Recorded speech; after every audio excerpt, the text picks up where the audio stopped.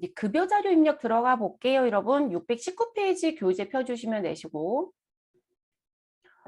지금 수업하는 날이 금요일인데, 제가 이번 주 내내 조금 늦게까지 업무 진행을 좀 했더니, 목소리가 조금 상태가 좀 안 좋아요. 조금 양해 좀 부탁을 좀 드릴게요.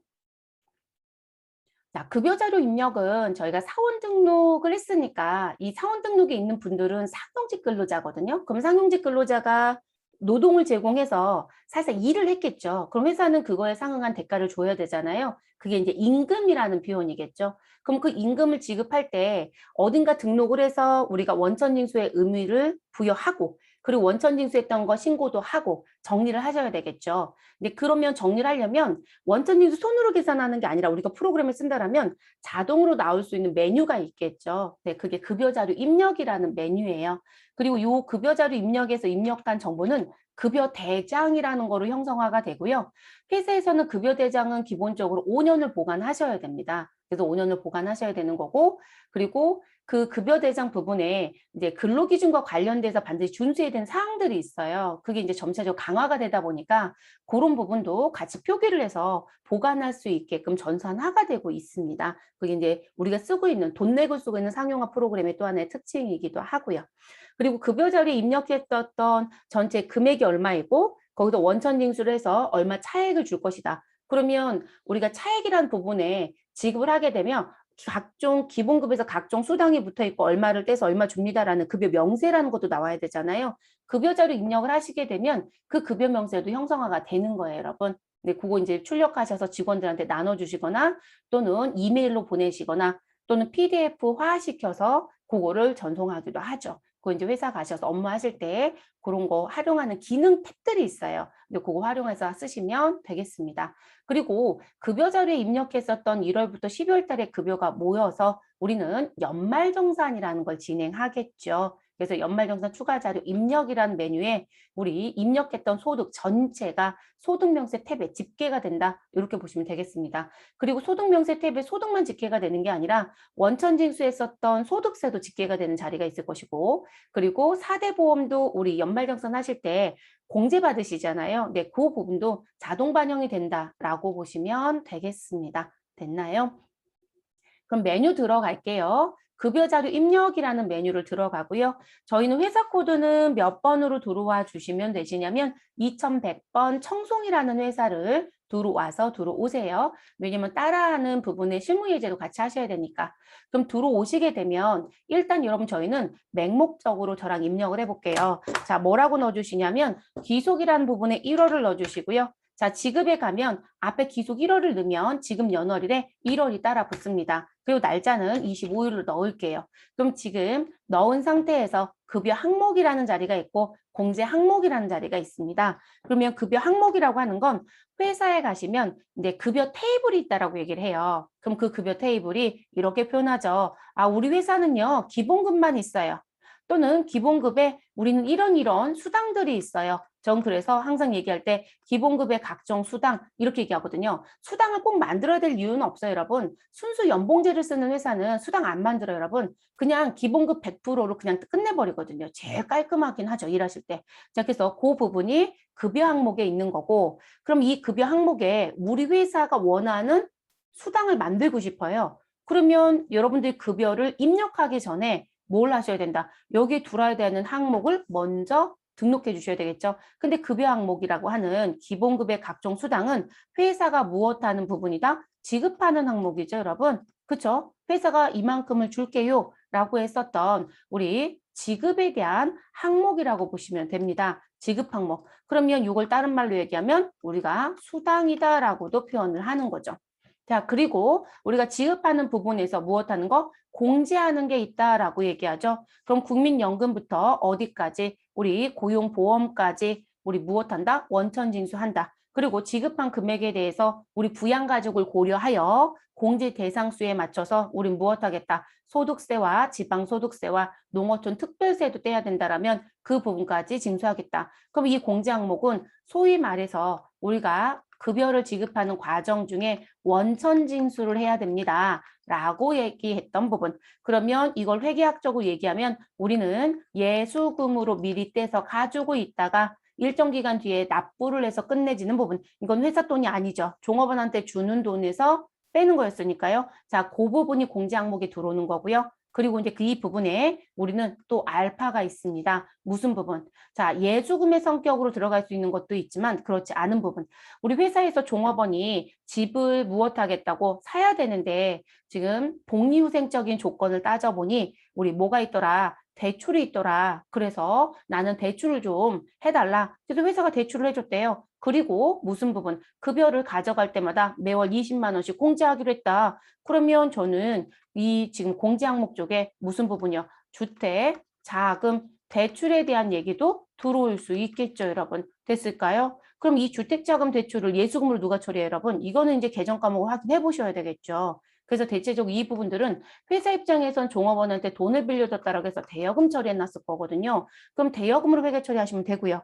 그리고 제가 입사한 회사는 급여에서 노동조합비라는 걸 때가 되면 따박따박 뗍니다. 체코프 제도를 선택을 하신 회사들은 가능한 얘기거든요. 그래서 노동조합비도 징수하더라. 이 노동조합비는 우리 소득세법상 기부금으로 인정되는 지정기부금 항목이죠. 그럼 이 노동조합비는 사실상 여기 원천 징수합니다라고 했던 거하고 똑같이 이 부분은 예수금 처리예요, 여러분. 예수금 처리해놨다가 노동조합에 입금시켜 줄 거거든요. 그러면 끝나지는 거예요.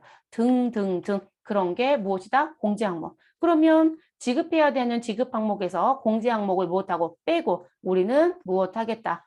우리 통장으로 얼마를 주겠다. 그게 차인 지급액. 우리는 주는 날짜에 곧바로 주는 회사도 있지만 일단 줄 돈이 있다라고 미지급을 세웠다가 뒤에 가서 무엇하기도 한다? 지출을 집행하기도 하죠. 그래서 어떤 회사는 미지급금이라고 얘기하고 어떤 회사는 우리 보통 예금에서 곧바로 내보냈는데요? 라고 하는 회사도 있겠죠. 그럼 요거 기준으로 여러분들이 회계에서 배웠던 회계처를 하셔야 되는 거예요. 이해되셨을까요? 근데 그렇게 움직입니다. 근데 여러분 우리가 생각해 볼 건 이거예요. 그러면 프로그램에 들어왔더니 기본급에 각종 수당들이 들어와져 있다. 근데 우리 회사는 직책 수당 안 쓰는데요. 월차 수당도 안 써요. 아, 저희는 식대는 써요.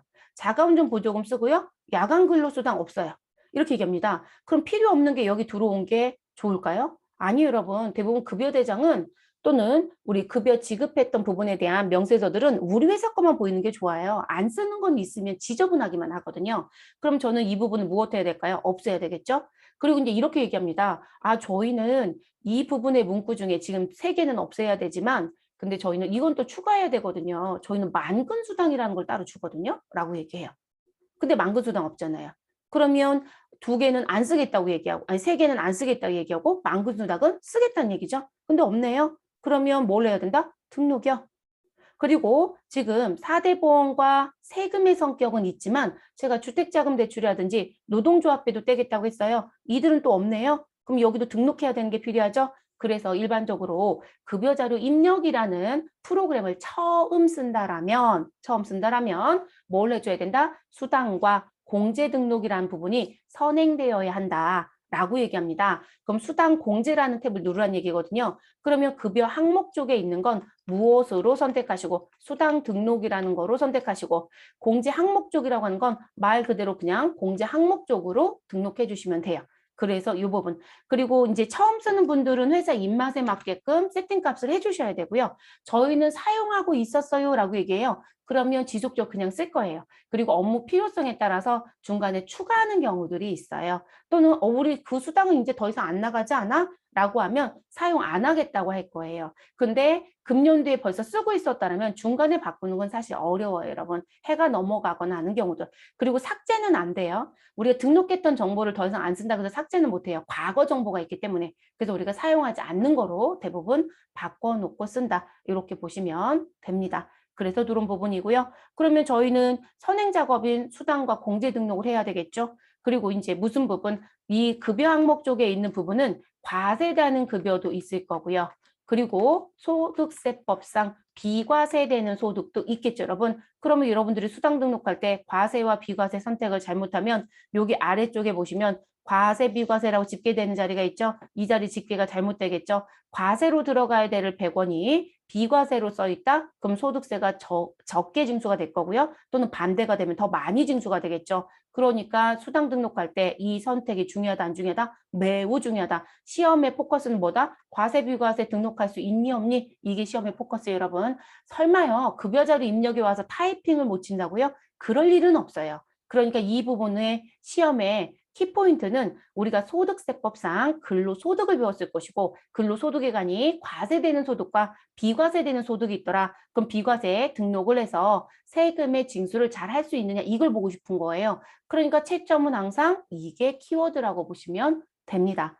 그리고 여기에서 우리는 4대 보험도 징수를 했고 소득세도 징수를 했으니 소득세 무엇 하셔야 돼요? 신고를 하셔야 되겠죠. 그때 하는 서류가 원천징수 이행상황 신고서라는 서류에 집계를 해서 신고를 하고 그리고 별도로 납부서를 뽑아서 우리 납부하는 거거든요. 그러면 이 작업이 끝나면 이 신고를 할 수 있느냐라는 것까지 봐야 되겠죠. 그래서 그 부분에 대한 내용까지 넘어가는 부분이에요.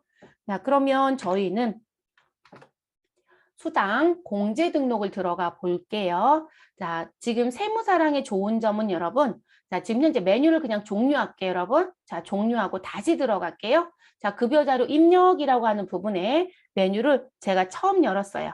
자, 그럼 들어가자마자 여기 그 위쪽에 글씨가 활성화가 되는 걸 봅니다. 활성화가 되는 건 쓸 수 있다는 거고요. 버튼을 누를 수 있다는 거고 비활성화가 되는 건 누를 수 없다예요. 자, 그러면 수당 공제가 활성화가 되어 있는 거 보이시죠? 일단 눌러볼게요. 아, 그러면 수당 등록과 공제 등록을 할 수 있구나. 그리고 기본적으로 등록된 것도 있구나. 라는 게 체크가 되죠. 자, 다시 우리는 확인 버튼 눌러서 창을 최소화시킬게요. 그리고 저희 똑같이 귀속 연월일에 오셔서 월은 1월이고요. 지금 연월일은 1월 25일을 넣겠습니다. 자, 이 상태에선 여러분 아까 비활성화됐던 자리까지 모두 다 활성화가 됐죠. 그리고 그 부분에 우리 수당 공제 등록도 활성화가 되어 있네요. 그러면 이 상태에서 지금 제가 입력하겠다고 창을 지금 활성화시킨 거거든요. 그 상태에서도 수당 공제 등록이 선택이 되느냐? 됩니다. 자, 세무사랑이 좋은 점은 이거인 것 같아요. 내가 수당 등록과 공제 등록을 급여자로 입력하다가 이거 빠졌네? 등록하고 와야 되겠네? 라고 생각을 하고 우리 열려있는 활성화되어 있는 상태에서도 버튼을 눌러서 추가 등록이 되더라는 거죠. 제가 이 얘기 왜 해드릴까요? 스마트에이는 이게 안 돼요, 여러분. 스마트에이는요. 수당 등록과 공제 등록을 하고자 한다면 지금 저처럼 여러분도 지금 저처럼 똑같이 들어와져 있을 거잖아요. 이 상태에서는 이 자리가 아예 활성화가 안 되어 있어요. 이 부분이 비활성화가 되어 있어요. 그래서 우리가 수당이나 공제 등록을 하려면 무엇 해야 된다? 입력창의 상태로는 선택할 수 없다는 게 스마트의 특징이에요. 근데 세무사랑은 지금 비활성화 상태이든 활성화 상태이든 입력을 하려고 하고 있던 상태이든 다 된다는 게 특징이거든요. 그게 또 하나 다른 점입니다. 여러분들 취업을 또 어디로 가실지 모르니 지금 두 개의 다른 점을 또 보셔야 되겠죠. 자, 그럼 저희는 수당 공제 등록 버튼을 누릅니다. 그리고 교재에 가서 보시면 수당 공제 등록에 대한 부분이 있고 이 부분에 이런 특징들이 있으며 수당 등록은 어떻고 공제 등록은 어떻고 이렇게 나와져 있을 거예요. 자, 그 부분을 넘겨가면서 보시면 되겠습니다. 자, 그러면 우리가 수당 공제 등록에 가시면 수당 등록과 공제 등록으로 구분이 되어 있으시고요. 그리고 여러분들이 어디에 입력한 부분, 수당 등록에 입력한 정보가 있다. 자, 이 자리에 등록한 정보가 있다. 이거는 급여 항목 쪽으로 반영이 되는 거고요. 자, 그리고 공제 등록증에 등록한 부분은 우리 공제 항목 쪽으로 반영이 되는 부분입니다. 그리고 지금 저희가 프로그램에 들어가서 보니 기본급부터 각종 수당들이 다 들어와져 있었단 말이에요. 근데 제가 아까 뭐라고 했냐면 저희는 직책수당도 사용을 안 하고 월차수당도 사용을 안 합니다. 이런 식의 표현을 썼단 말이에요. 근데 기본 세팅값이 있더라는 거죠. 사용을 안 한다라면 여기 사용 여부라고 하는 자리에서 여의 관점을 무엇으로 바꿔주시면 된다. 저 사용 안 한다라고 했던 이 여를 무엇으로? 부로 변경하시면 지금 급여 항목 쪽에 직책수당과 월차수당은 무엇되지 않는다? 우리 이 자리에 등장하지 않습니다. 됐을까요, 여러분? 그러니까 필요 없는 걸 구태여 등장시켜 놓고 쓸 이유가 없다는 거죠. 그래서 부로 바꿔 놓으시면 급여 항목에 안 들어온다는 거. 됐을까요? 그래서 그렇게 알아두시면 되시고요. 자, 그리고 또 하나.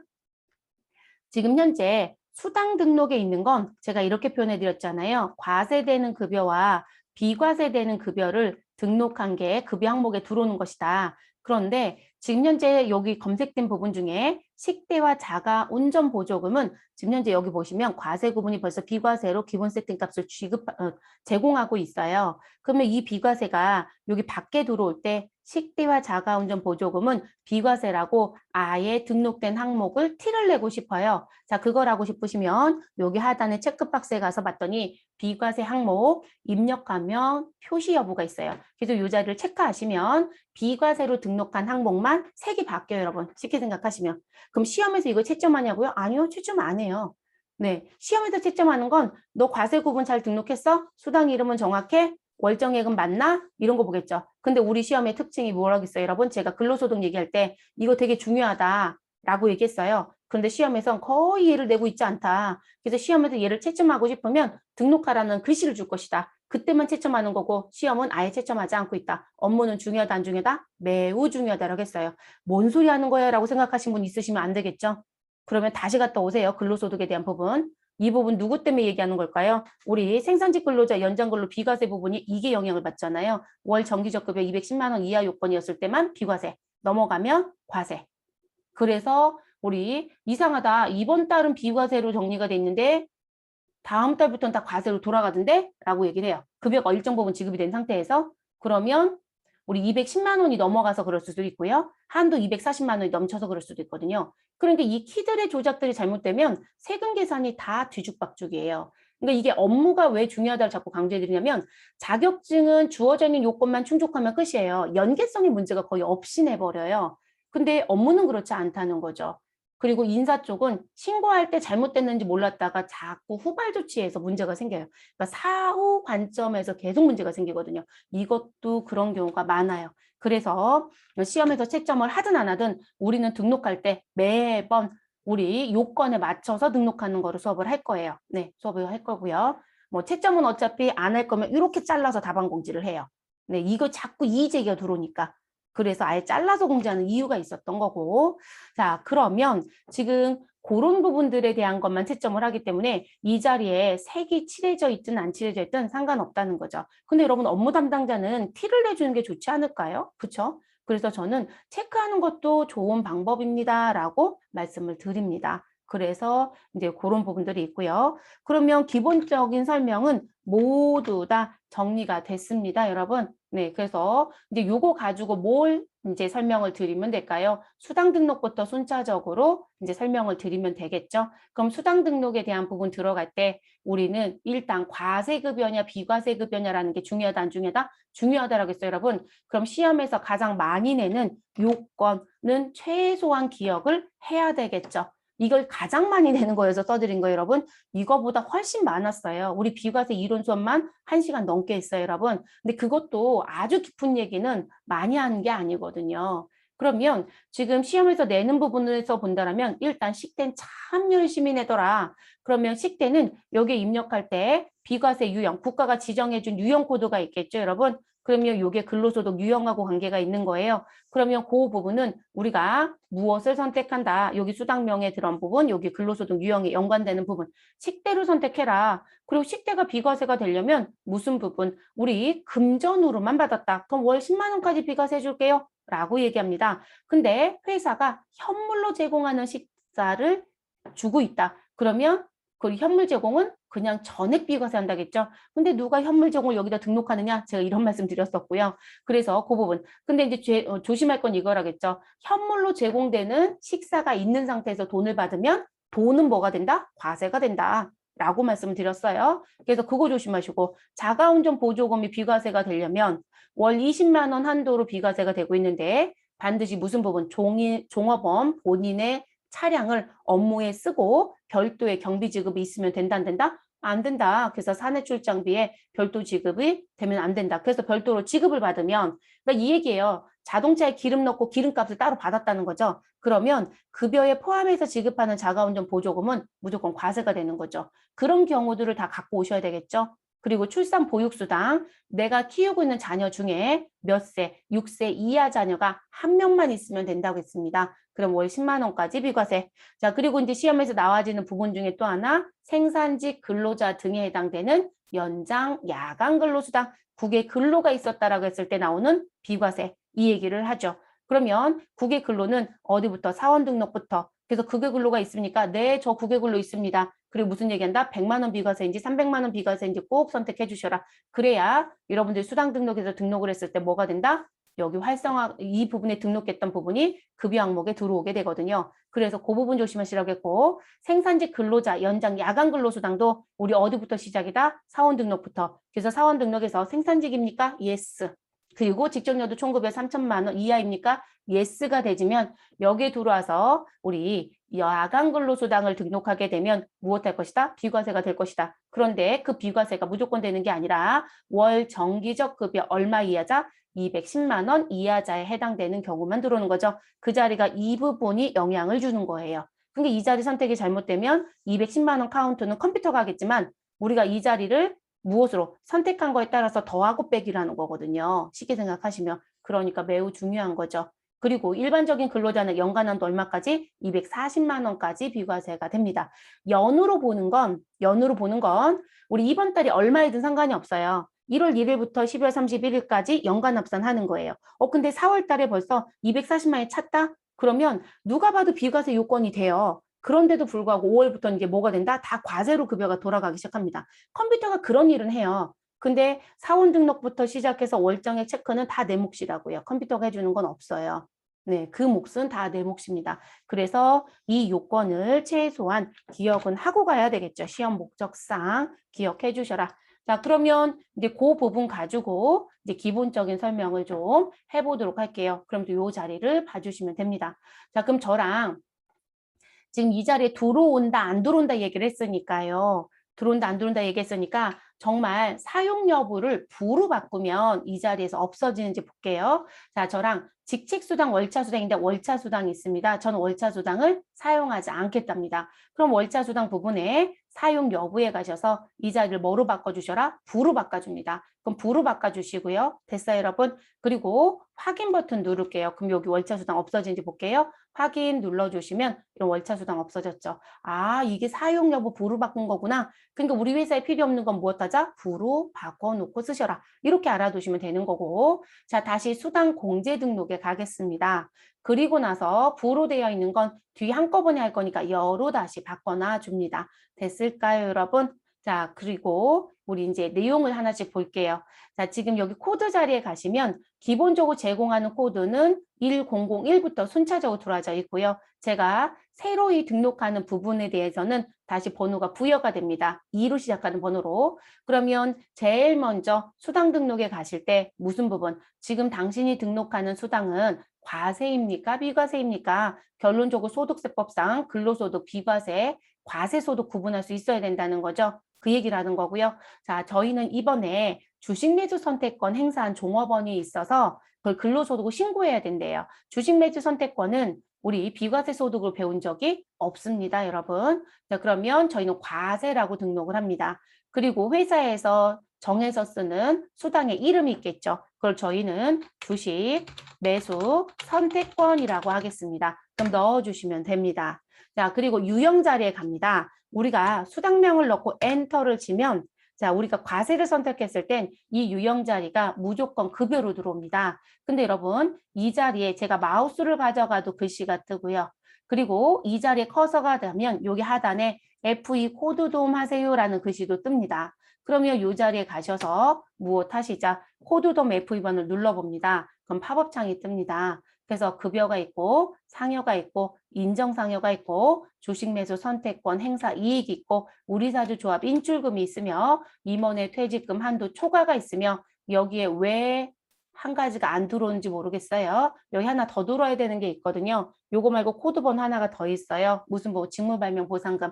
자, 그러면 요 1번부터 6번에 있는 부분은 무슨 부분? 너가 지금 등록한 당신 회사가 쓰고 있는 등록한 부분은 과세소득이 맞다. 그런데 우리 연말정산이 끝나고 근로자한테는 원천징수 영수증을 주고 그리고 세무사한테는 지급 명세서라는 거 낸다고 했잖아요. 그 지급 명세서 첫 번째 장에 뭐가 기재가 되어 있다? 과세되는 급여의 정보를 기재하는 란이 있습니다. 근데 그 과세되는 급여가 급여의 성격인지 상여의 성격인지 법인세법상 소득처분을 받아서 인정상여 처분에 해당되는 건지 아니면 회사가 근무 중에 부여받았던 주식에 대해서 시장에 행사를 해서 발생된 이익에 대한 부분인지를 무엇해라? 구분해서 써달라라는 조건이 있어요. 그게 이 키예요.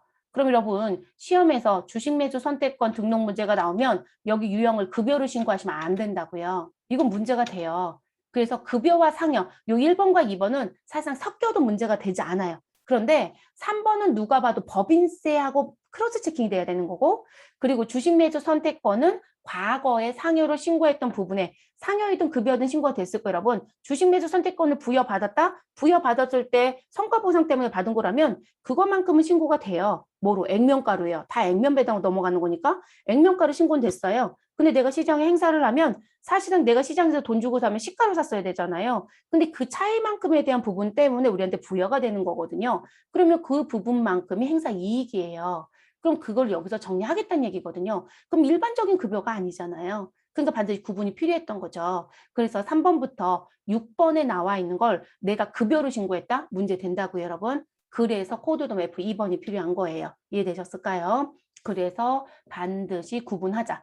그럼 지금 저희는 주식 매수 선택권이면 여기에 주식 매수 선택권이라는 거로 선택을 합니다. 됐을까요? 자, 그리고 지금 과세소득이기 때문에 비과세와 관련된 코드는 들어가지 않습니다. 바로 위에 자가운전보조금이나 식대나 야간근로에 보면 여기 코드와 한도 부분 자리가 있죠. 이건 비과세였을 때만 쓰는 거예요. 과세였을 땐 쓰지 않습니다. 자, 그리고 월정액 자리. 자, 이 월정액 자리는 뭘까요, 여러분? 자, 월정액 자리는 여기 아래쪽에도 글씨가 써 있습니다.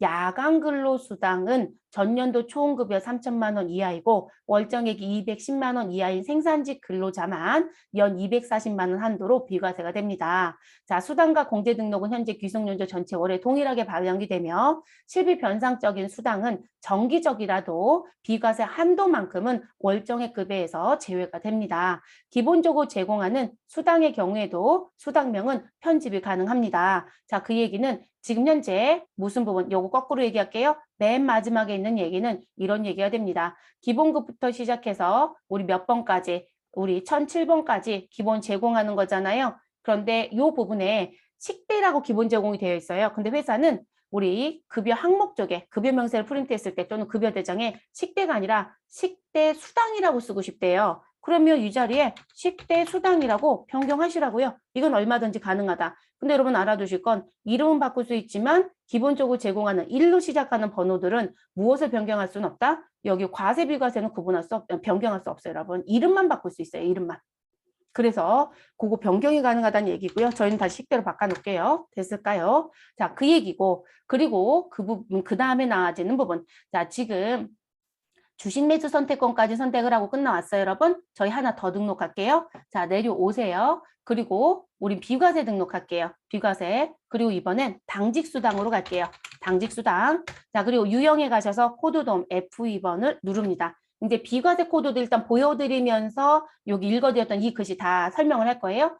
자, 그럼 지금 비과세 코드는 반드시 이 부분하고 연동돼야 된다고 했어요. 그러면 지금 나와져 있는 부분에 지금 비과세 코드를 선택을 해라 라고 하는 거죠. 그러면 당직수당이란 부분은 우리 소득세에서 뭐로 배웠다? 일직료, 숙직료, 여비 등의 실비 변상적 급여에 해당되는 건 비과세가 됩니다. 이렇게 배웠죠. 그럼 당직수당은 일직과 숙직료에 들어가죠. 그러면 뭐라고 되어 있어요? H02. 그리고 한도는 얼마이다? 전액이에요. 됐어요, 여러분? 그러면 이렇게 선택을 합니다.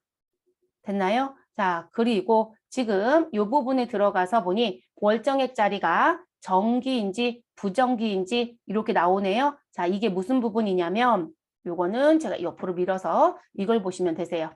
자, 우리가 생산직 등 근로자 야간 근로수당이 비과세가 되려면 월 정기적 급여가 210만 원 이하 조건이어야 된다고 했어요. 그쵸? 그러면 그 210만 원에 대한 카운트가 있었죠. 그래서 내가 전체 주는 급여 총액에서 무슨 부분, 빼야 되는 부분들이 있었다. 그리고 남겨져 있는 월정액 급여가 210만 원 이하이면 비과세고 210만 원이 초과가 되면 과세이다. 그러니까 그 210만 원 빼고 더하는 것만 컴퓨터가 한다는 거예요. 그 역할을 하는 자리가 이 자리라고요. 그러면 이런 지금 정기와 부정기라는 키가 있잖아요. 그러면 이게 무슨 의미냐? 지금 현재 우리 교재에 보시면 무슨 부분? 마이너스, 상여등 부정기적 급여, 실비 변상적 급여, 복리후생적 급여, 연장 근로수당 이렇게 나와 있죠. 자, 이 빼라고 하는 부분의 의미가 부정기적이에요. 여기 선택을 하실 때 됐어요. 그러면 여러분들이 수당을 등록하고 여기를 부정기라고 선택을 하면 더하기를 안 하겠다는 얘기예요. 그런데 이 자리를 여러분들이 정기라고 선택을 하면 월정액급여에 들어가는 거예요. 그래서 월정액급여는 정기라고 선택되어 있는 거 모두 다 못한다? 합산하는 거예요. 그러면 이 선택 잘못해 놓으시면 210만 원 카운트가 잘못된다고요. 그러니까 중요한 거예요, 업무에서는. 그래서 계속 잔소리점 제가 강조하는 거예요. 이게 자격증이 그냥 채점이 어려워도 채점을 하려면 일관성 있게 계속 채점을 해주시면 공부가 되거든요. 근데 시험 문제 풀어보시면 채점을 안 해요. 그러니까 이게 막 지금 중구난방이에요. 누구는 맞다고 주장하고 누구는 틀렸다고 주장하고 이러고 계시는데 문제는 틀렸다 맞다가 문제가 아니라 올바르게 설정할 줄 알아야 된다는 거죠. 그래서 아래쪽에 가시면 뭐라고 얘기한다. 지금 요 얘기, 이 멘트 써줬고요. 이렇게 돌아간다는 거. 그래놓고 여기 뭐라고 써 있어요? 실비 변상적인 수당은 정기적이다라고 하더라도 비과세 한도만큼은 월정액급에서 무엇 된다? 우리 제외된다라고 얘기합니다. 그리고 이 글씨가 써 있는 이유가 뭐냐면 여기 체크박스는 내 몫이라는 표현이에요. 지금 세무사랑은 아예 그런 티를 안 내고 이런 글씨만 써줬잖아요. 스마트 A 같은 경우는 여기 설정을 잘 하라는 식의 뉘앙스를 풍겨버려요. 아예 이런 안내 메시지에. 그러니까 우리가 이게 입력했을 때 이게 자동으로 들어오면 이게 다 맞는 거라고 생각을 하시더라고요. 그렇지 않아요, 여러분. 그래서 반드시 월정액짜리 체크는 내 몫이다. 이렇게 알아두시고 그게 이 부분하고 관련이 되어 있는 부분인 거예요. 됐을까요? 그래서 선택이 잘못되면 안 된다는 거. 됐나요? 그래서 그 부분 조심하셔야 되는 부분입니다. 그리고 실비변상적 급여를 빼는 거였어요. 비과세가 되는 실비변상적 급여. 왜 이거 말씀을 강조드리냐면 가끔 이런 분들 계세요.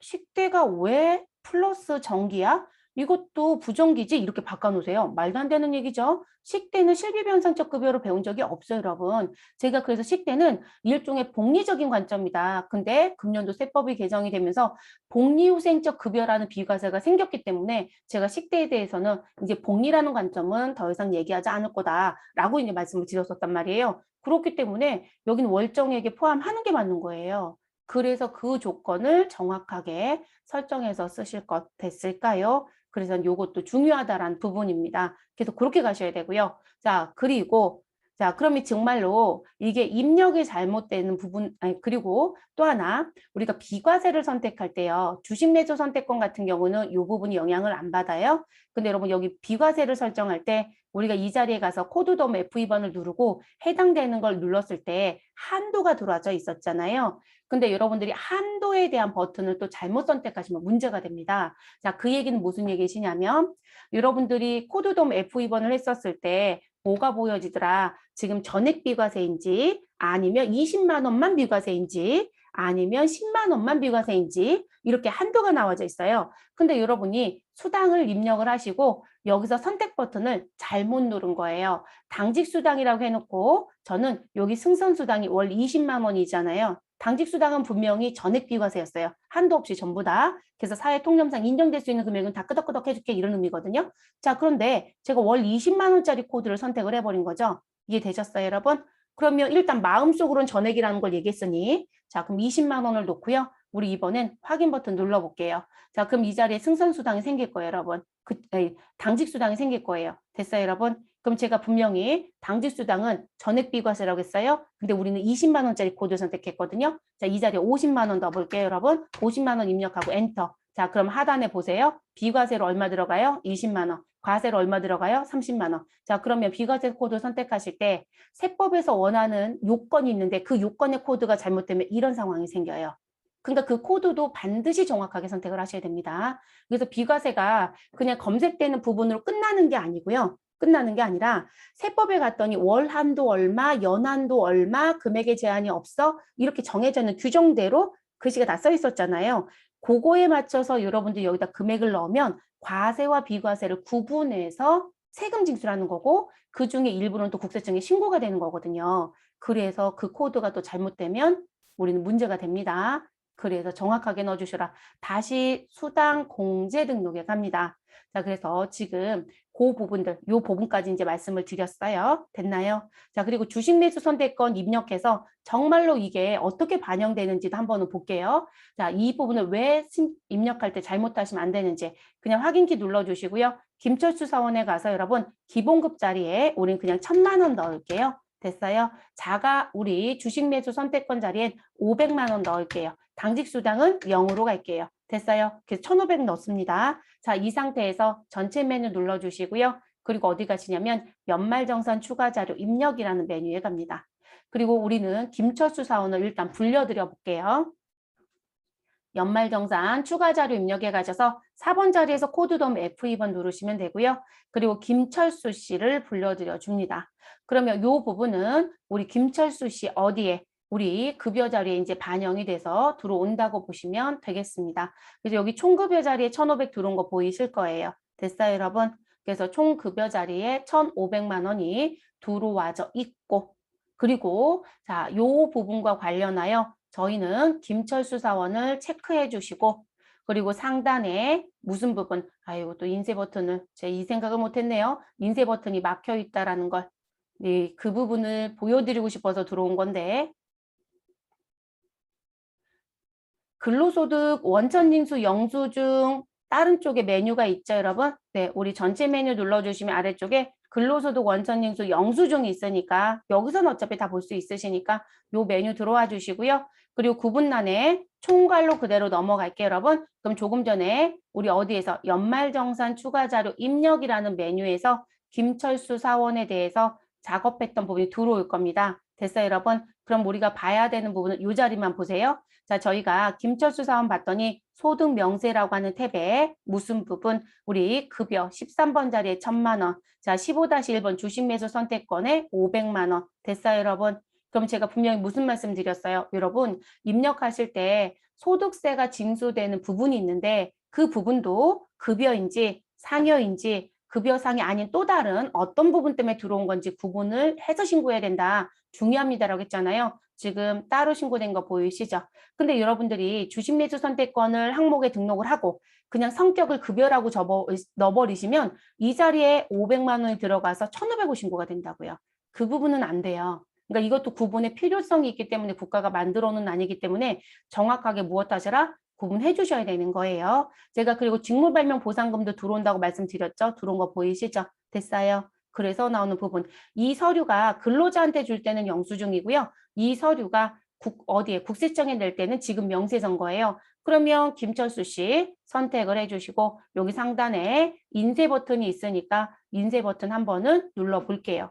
자, 그럼 인쇄 버튼 누르시고요. 그리고 뭐가 나올 것이다. 근로소득 원천 징수 영수증과 지금 명세서라는 부분에 글씨가 같이 들어오겠죠. 지금 글씨 같이 들어온 거 보이시죠, 여러분? 그래서 세무서에 내면 요 자리에 체크가 되고 종업원한테 줄 때는 요 자리에 체크가 되고 회사가 보관할 때는 이 두 칸이 모두 다 체크가 돼요. 그리고 그거 어떻게 체크되는 거 확인하냐고 물어보시는데 여러분 인쇄서식에 가시면 발행자 보고용 인지 아니면 발행자 보관용 인지 발행자 보관용은 제가 두 칸 다 체크될 거라겠죠? 여기 체크가 되는 거예요. 그러니까 회사가 보관하는 건 양쪽 체크가 다 된다는 거고요. 그리고 종업원한테 준대요. 종업원한테 줄 때는 소득자 보관용을 뽑아주셔야죠, 여러분. 그럼 소득자 보관용으로 뽑으면 상단에 근로소득 원천징수 영수증이라고 들어오는 거예요. 자, 그리고 여기 개정에 2020년 12월 30일 개정 아니라고 되어 있네요. 이거 지금 바뀌었거든요. 네, 그래서 서식은 현재 바뀌고 있어요, 여러분. 5월 달에 바뀌었어요. 5월 달에. 그래서 중간에 5월 달에 바뀌었었는데 제가 며칠 전에도 필요하면 국세청 서버에 가서 양식지를 확인을 해요. 수업을 할 때 뭐 자격증 수업할 때야 이런 부분 안 봐도 되겠지만 근데 업무적으로는 필요한 부분들이 있어서 제가 설명을 드리기 위해서도 자주자주 확인하거든요. 중간에 소득세 쪽 서식이 계속 조회가 안 됐었어요. 그러니까 개정 서식 올리면서 서버를 잠깐 막았던 것 같아요. 다른 서식들은 다 조회가 되는데 그래서 이제 이렇게 서식이 언제 개정된 건지 이렇게 위에 상단에 들어와요. 교육 버전이어서 안 바뀐 거로 보여집니다. 네, 서식은 현재 바뀌었습니다. 그래서 이렇게 체크가 되는 부분. 그래서 제가 두 개 서식 같은 서식이라고 계속 말씀을 드렸던 거예요. 그리고 사원 등록할 때 여러분 제가 거주자, 비거주자, 내국인, 외국인, 세대주 여부 뭐 이런 거 다 얘기했었죠. 그게 이쪽에 다 표시가 되는 거예요. 이 부분이. 그래서 이 사원 등록을 잘못하시면 안 되는 거죠. 정확한 등록을 또 해주셔야 되겠죠. 지금 저희는 일단 창은 닫겠습니다. 필요하면 계속 이렇게 왔다 갔다 할게요, 여러분. 네, 왔다 갔다 할게요. 아, 그리고 요거 들어온 김에 말씀드릴게요. 지금 현재 세무사랑은 연말정산 추가 자료 입력해서 인쇄 버튼이 안 열렸어요, 여러분. 그래서 제가 근로소득 원천인수 영수증에 오세요라고 해서 어쨌든 이 작업은 돼야 이 메뉴를 열 수 있는 건데요. 여기에 들어와서 인쇄 버튼이 열려 있었고, 그리고 여기서 다시 확인할 수 있었잖아요. 자, 스마트 A 쓰는 회사에 입사하시면 스마트 A는 연말정산 추가자료 입력이라는 메뉴의 역할을 하는 쪽에서 인쇄까지 모두 다 끝나집니다. 마감도 다 거기서 합니다. 지금 여기는 마감 따로 나와 있잖아요. 근데 스마트 A는 이 메뉴에서 연말정산 진행하시고 이 메뉴에서 마감하시고 이 메뉴에서 인쇄까지 다 된다고요. 그러니까 다른 메뉴로 움직이는 거 안 합니다. 예전엔 그쪽도 따로따로 움직였었어요. 그런데 업데이트를 시키면서 다 취합을 시켜버렸어요. 한 3, 4년 전에. 그래서 스마트 A는 한 메뉴에서 모든 업무가 끝나진다. 근데 세무사랑은 지금 안 그렇다는 거 보여지죠? 자, 그럼 저희는 일단 종료할게요. 그리고 뒤에 필요하면 다시 들어올게요. 그럼 김철수 씨는 다시 삭제할게요, 여러분. 여기 데이터 체크해 주시고요. 삭제라고 눌러주세요. 그리고 예, 됐을까요? 그리고 메뉴는 닫겠습니다. 필요하면 다시 들어오자. 그럼 이게 무슨 의미인지는 아시겠죠? 네, 그래서 정확하게 잘 기록을 좀 해주셔라. 그러면 수당, 등록에 대한 부분은 이렇게 해서 얘기가 끝났습니다. 그리고 이제 시험에선 채점하지 않아요, 여러분. 업무적으로도 크게 문제가 되지 않고. 근데 제가 업무는 월정액 중요하다. 그리고 우리 시험에서는 지금 무슨 부분, 과세, 비과세, 코드가 맞으면 다 맞았음 처리하고 끝난다. 월정액 아예 체크도 안 하고 있다. 그리고 지금 제가 알려드렸던 부분 중에 무슨 부분, 이렇게 주식 매수 선택권 등록 문제가 우리 가뭄에 콩처럼 내고 있다. 그러니까 볼 기회가 정말 손눈에 꼽을 정도라는 거죠. 정말 희박이에요. 근데 알아는 두셔야 돼서 말씀을 드렸다는 거고. 자, 그 다음에 또 하나 알아두실 거. 이건 이제 업무적인 부분 때문에 말씀을 드려요. 자, 뭐냐면 세무사랑이란 프로그램은 여러분 들어가면 이렇게 기본 제공이 없어요. 세무사랑은 기본급하고 수당만 2개가 있어요. 그리고 나머지는 회사가 필요하면 다 등록해서 써. 이렇게 되어 있거든요. 근데 지금 세무사랑 같은 경우는 들어와서 봤더니 내가 원하지 않는 아이들도 기본적으로 벌써 제공이 되잖아요. 그럼 제가 사용 여부를 무엇으로 바꿔라? 부로 바꿔라 라고 말씀을 드렸어요. 그러면 제가 직책수당은 쓸 거예요. 그리고 월차수당은 안 쓰겠대요. 그래서 부로 바꿨어요, 여러분. 그리고 저희 회사는 지금 무슨 부분? 자가운전 보조금도 안 쓴다고 얘기를 합니다. 그래서 자가운전 보조금도 부로 바꾼대요. 자, 그러면 이렇게만 바꿔주시고요. 확인 버튼 눌러주세요. 그럼 여기 이제 부로 바꾼 거는 검색이 되지 않겠죠, 여러분? 자, 근데 지금 제 불만은 뭐냐면, 자, 지금 나와져 있는 부분에 직책수당이 맨 위에 있는데, 저는 누구를 식대를 위로 올리고 직책수당을 아래쪽으로 내리고 싶은 거예요. 그러니까 이제 무슨 보면 짜증을 내는 거죠. 아, 저 직책수당 또 위쪽에 오네? 지워야겠네. 아니면 부로 받고 다시 등록해야겠구나. 이렇게 생각을 하시더라고요. 자, 그렇게 하시는 게 아니라 수당 공제 등록에 가셔서 여기 옆에 역삼각형 모양과 정삼각형 모양의 버튼이 있어요, 여러분. 이게 위치를 올리고 내리는 버튼이에요. 그럼 저는 뭐라고 말씀을 드렸냐면 무슨 부분? 식대와 직책수당인데 식대를 위로 올리고 싶다고 했잖아요. 4년 다음에 우리 보여주고 싶다. 그러면 식대라는 부분을 선택을 하시고 그리고 요 역삼각형, 아니 정삼각형 모양 이게 위로 보낸다는 얘기예요. 역삼각형은 아래로 보낸다는 의미고요. 그러면 요 버튼을 눌러보세요. 그러면 이렇게 위로 올라가요, 여러분. 됐어요? 이건 업무에선 필요하겠죠. 아니 자격증은 관계없어요, 여러분. 이 순서가 뭐로 써있든 본인들이 원하는 것만 제대로 등록됐으면 다 맞았으면 처리한단 말이에요. 근데 회사에서는 일하시다 보면 회사가 원하는 순서대로 나열되는 걸 좋아해요. 그렇다고 여러분 다 부로 바꿔놓고 다시 등록해서 쓴다? 그리고 기본으로 제공하는 이 1번으로 시작하는 번호는 삭제도 못해요, 여러분. 삭제가 안 되거든요. 그러니까 이제 지저분하죠. 그러니까 나는 내가 쓰는 것만 위쪽으로 다 올려놓고 쓰고 싶은 거예요. 그러면 요거로 조정하시라고요. 네, 그렇게 쓰시면 되겠습니다. 됐나요? 자, 그래서 나오는 부분 저는 다시 원상 복귀해 놓을게요, 여러분. 그래서 다시 원상 복귀해 놓겠습니다. 그리고 우리 모두 다 다시 여로 바꿔 놓을게요. 네, 시스템 예제하면서 총괄적으로 다 맞춰서 가려고요.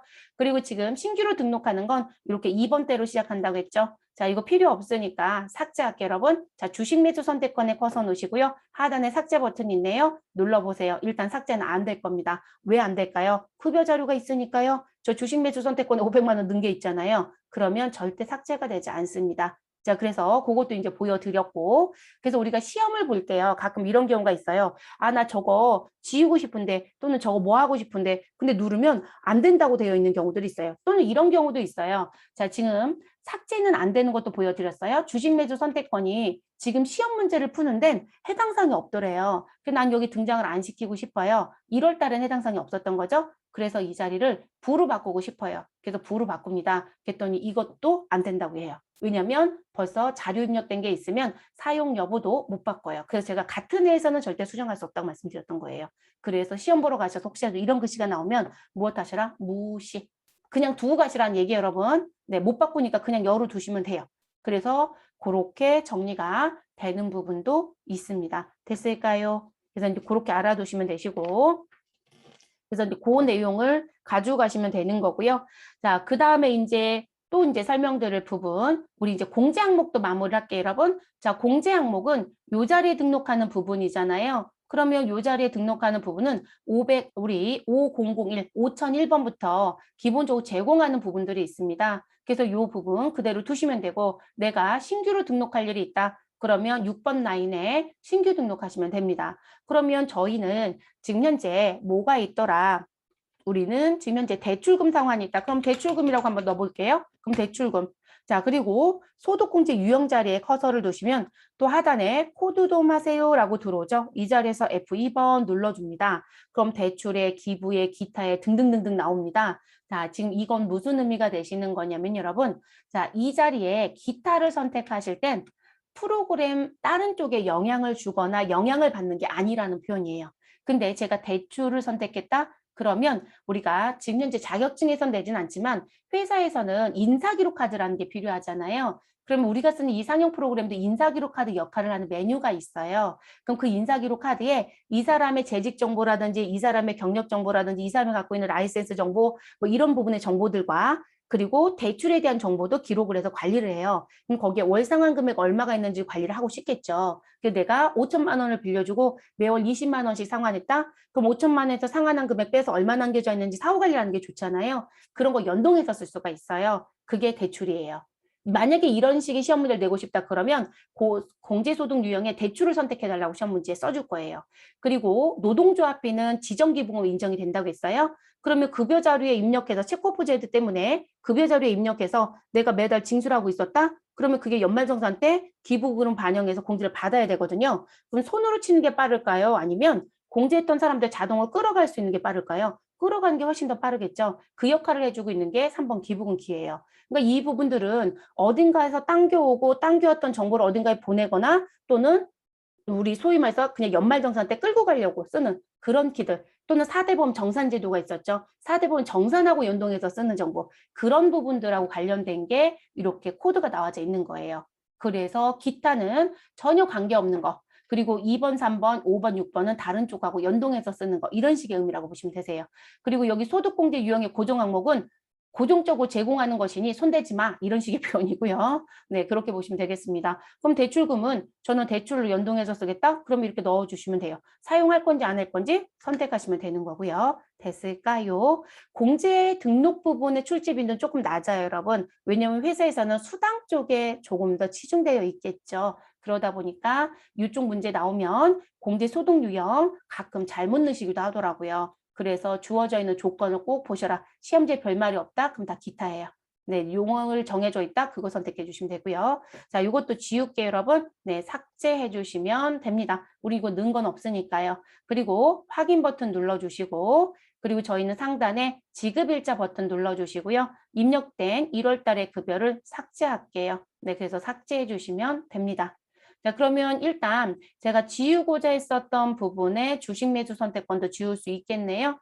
그러면 수당 공제 등록 버튼 눌러주시고요. 그리고 내려오셔서 주식 매수 선택권 삭제시켜 주시고 예. 자, 그리고 우리 무슨 부분이요? 당직 수당도 삭제를 좀 시켜 주세요. 그래서 이렇게 마무리 하시면 되겠습니다. 됐나요?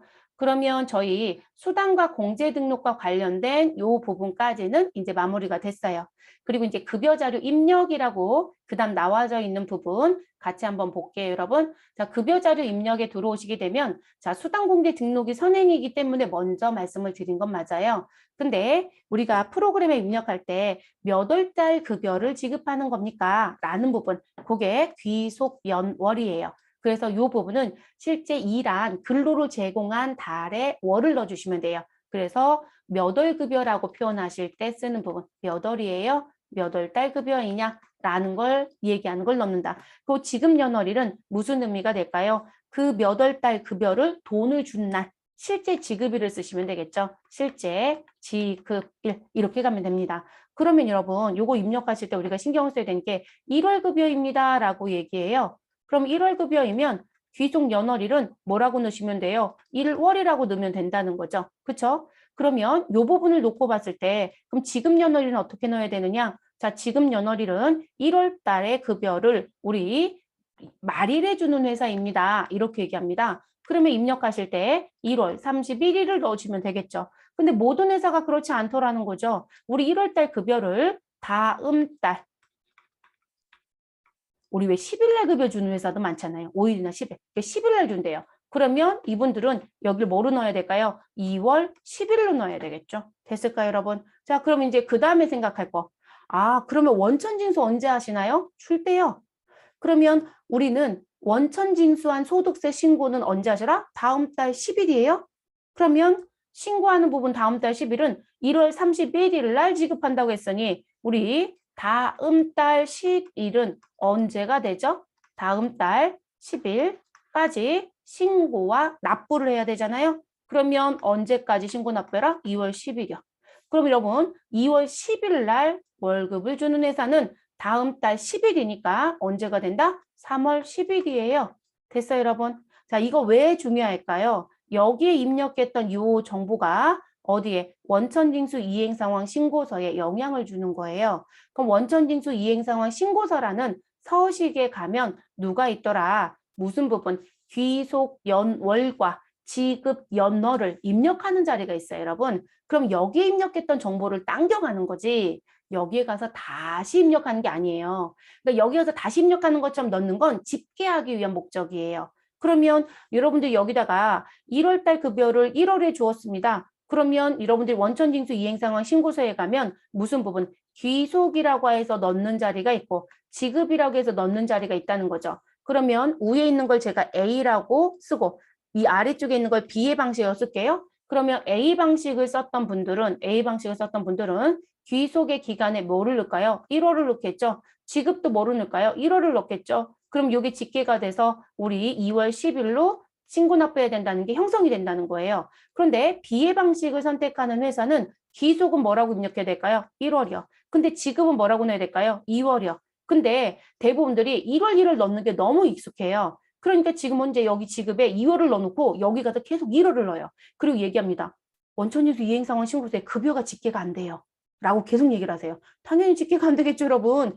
이 부분이 실제 원천징수 신고를 언제까지 해야 되는 기한에 영향을 주는 거잖아요. 당연히 이 자리에 영향을 줘야 되겠죠. 그러면 2월로 넣었어야 되는 거죠, 여러분. 그리고 우리는 언제? 3월 10일 날 무엇을 한다? 신고 납부를 한다. 이렇게 갑니다.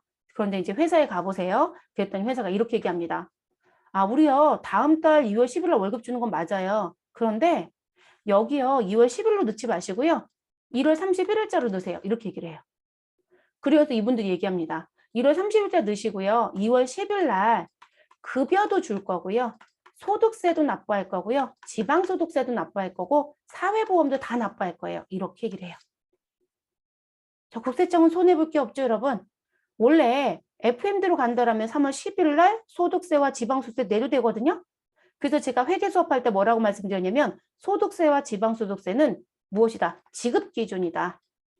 돈을 줄 때 원천징수하는 거다. 근데 사회보험은 귀속 기준이다. 그래서 3월 10일 날 세금 신고를 해도 2월 10일 날 월급을 줘도 그러면 2월 10일 날 월급 주면 세금 신고는 3월 10일이니까 3월 10일 날 소득세 신고, 지방소득세 신고 납부하시면 되거든요. 근데 사회보험은 귀속 기준이라고 했어요. 그래서 월급을 며칠 날 주든 관계없이 1월 달 사회보험이면 무조건 2월 10일에 납부하시고 2월 달 급여면 무조건 3월 10일에 납부하시라. 그전 신고한다는 표현은 안 쓰죠, 여러분. 지로에 의한 고지납부니까요. 이렇게 간다고 했었죠. 그게 여기서도 영향을 받는 거예요. 근데 회사가 그게 귀찮은 거예요. 그래서 다 무엇하는 거예요? 급여도 소득세도 지방소득세도 사회보험도. 그런데 3월 30일 넣어서 미지급을 세웠다가 주는 회사가 있거든요. 그럼 이분들은 한 달 세금을 먼저 내는 꼴이에요. 근데 세무서는 손해 안 보잖아요. 늦게 낸 게 아니니까요. 그렇죠. 세무서는 오히려 해피한 거죠. 쉽게 생각하시면. 근데 이게 모든 회사가 그렇지 않아요. 그리고 제가 이걸 왜 말씀드리냐면 만약에 저희 반이 대학생 반이었다 수업이. 그럼 이 얘기 안 해요.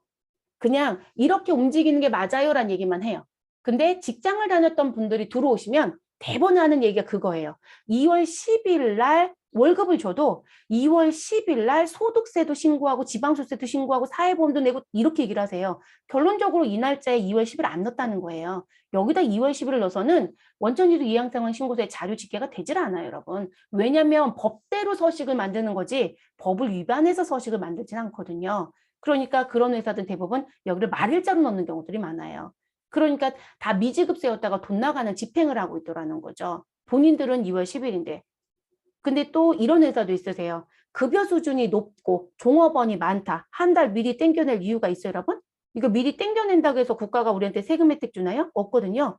그럼 그런 회사는 FM대로 가요. 그러다 보니까 이 인사 쪽 일했던 분들이 지금 FM대로 일을 안 하고 모든 걸 다음 달 10일에 맞춰서 일을 받던 회사에 다녔던 분들은 FM대로 하는 회사에 가면 이상하다고 자꾸 얘기를 해요. 이상한 게 아니라 내가 다녔던 회사가 미리 냈던 거였던 거예요. 정확하게 구분을 좀 하셨으면 좋겠습니다. 시험은 FM대로 내는 거죠. 자, 시험 문제에서 이제 문제가 이거입니다. 우리 시험은 대부분 A 방식을 많이 낼까요? B 방식을 많이 낼까요? A 방식이요. 그랬더니 작년이었나요? B 방식 시험 문제 낸 적이 있어요. 죄다 다 틀리고 나옵니다. 뭘까요? 자료 집계가 안 되고 있는 거죠. 그랬더니 손으로 쳤다는 분이 있고. 근데 여러분, 손으로 입력한 게 중요하지 않아요. 우리는 귀속과 지급이 채점에 들어갈까요? 안 들어갈까요? 들어가죠. 결론적으로 이거 작업 못하고 있다는 얘기잖아요. 얘랑 매핑된다는 것도 모른다는 얘기거든요. 손으로 입력했다는 분들은. 그러니까 말도 안 되는 일을 지금 벌여놓고 있다는 거죠. 그리고 원천인수 이행상황 신고서가 3월 10일까지가 기한인데 이걸 강제적으로 1월1로 넣었다는 분들은 다 무엇으로 나온다 기한이 2월 10일로 기한이 작성이 돼요. 그러면 이것도 잘못됐잖아요. 점수를 주지 않습니다. 네, 시험은 FM대로 갑니다. 그리고 업무도 FM을 기억하시고 회사가 미리 내는 건 괜찮다. 이렇게 기억을 해주셨으면 좋겠습니다. 그래서 이것도 연동되는 부분이 이행상황 신고서까지 연동이 되는 부분입니다. 됐을까요? 그래서 중요한 부분이고요.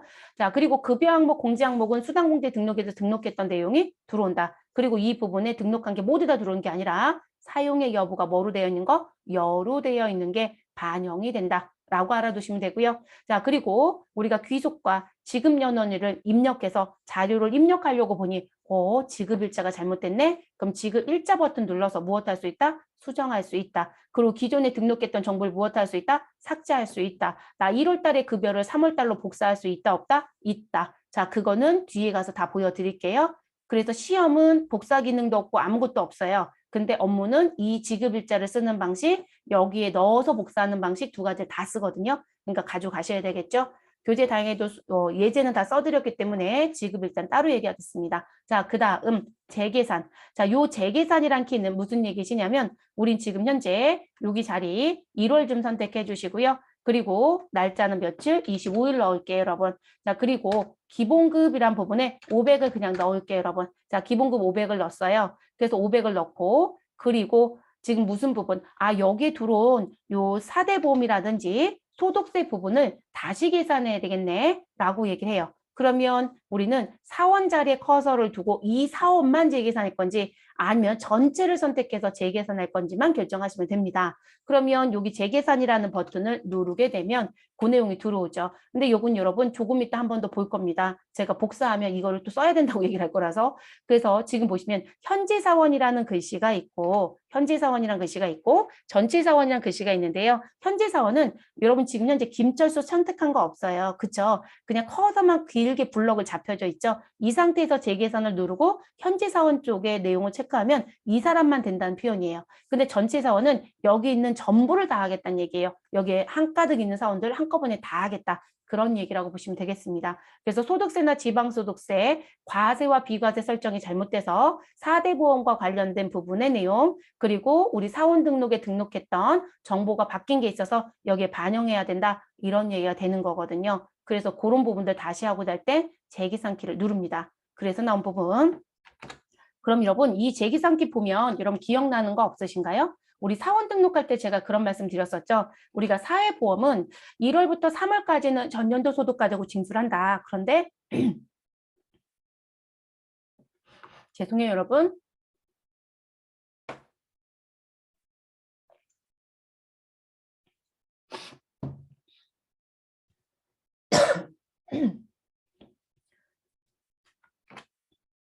자, 그렇게 말씀을 드렸었는데 3월 달에 연말정산이 끝나고 나면 우리가 보수가 바뀐 걸 신고를 해요. 근데 그걸 또 정산이라고 얘기를 했어요. 그래서 사회보험도 정산현 제도가 있다. 그러면 그 정산하고 나면 보수 금액이 바뀌었다는 게 확정이 되거든요. 그러면 그 보수가 바뀌면 4대 보험 징수 금액도 바뀌어야 되겠죠. 그럼 여기 와서 직접 입력하는 게 아니라 사원 등록의 정보를 무엇해 주시고 변경해 주시고 여기에 반영 부분을 갖고 오시면 된다고 했잖아요. 그래서 그 부분 할 때도 재계산하기를 눌러주시고 아까 사회보험과 사원 정보들 있었죠.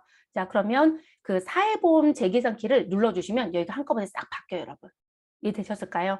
그리고 국민연금부터 고용보험까지 금액이 자동으로 계산되는 건 이 부분은 저희가 사원 등록에 사회보험이 있었죠, 여러분. 그래서 사원 등록에 사회보험 보수 월액을 넣은 게 있어요. 그 자리에 입력했던 게 여기 자동 반영됐던 거거든요. 근데 이게 바뀌었으면 당연히 바뀌어야 되잖아요. 그때도 재계산키 쓰시면 돼요. 그러니까 키들의 용도만 아시면 업무가 훨씬 더 최적화가 돼요. 그리고 종업원이 많을수록 우리는 최적화시켜서 쓰는 게 좋아요. 손으로 치는 건 어찌 됐든 시간이 오래 걸려요, 여러분. 네, 그래서 그거하고도 관계가 있고요. 자, 마감이라는 키가 있는데 마감은요. 급여자로 입력하시고 여기서 반드시 마감을 해야 신고할 수 있는 게 아니고요.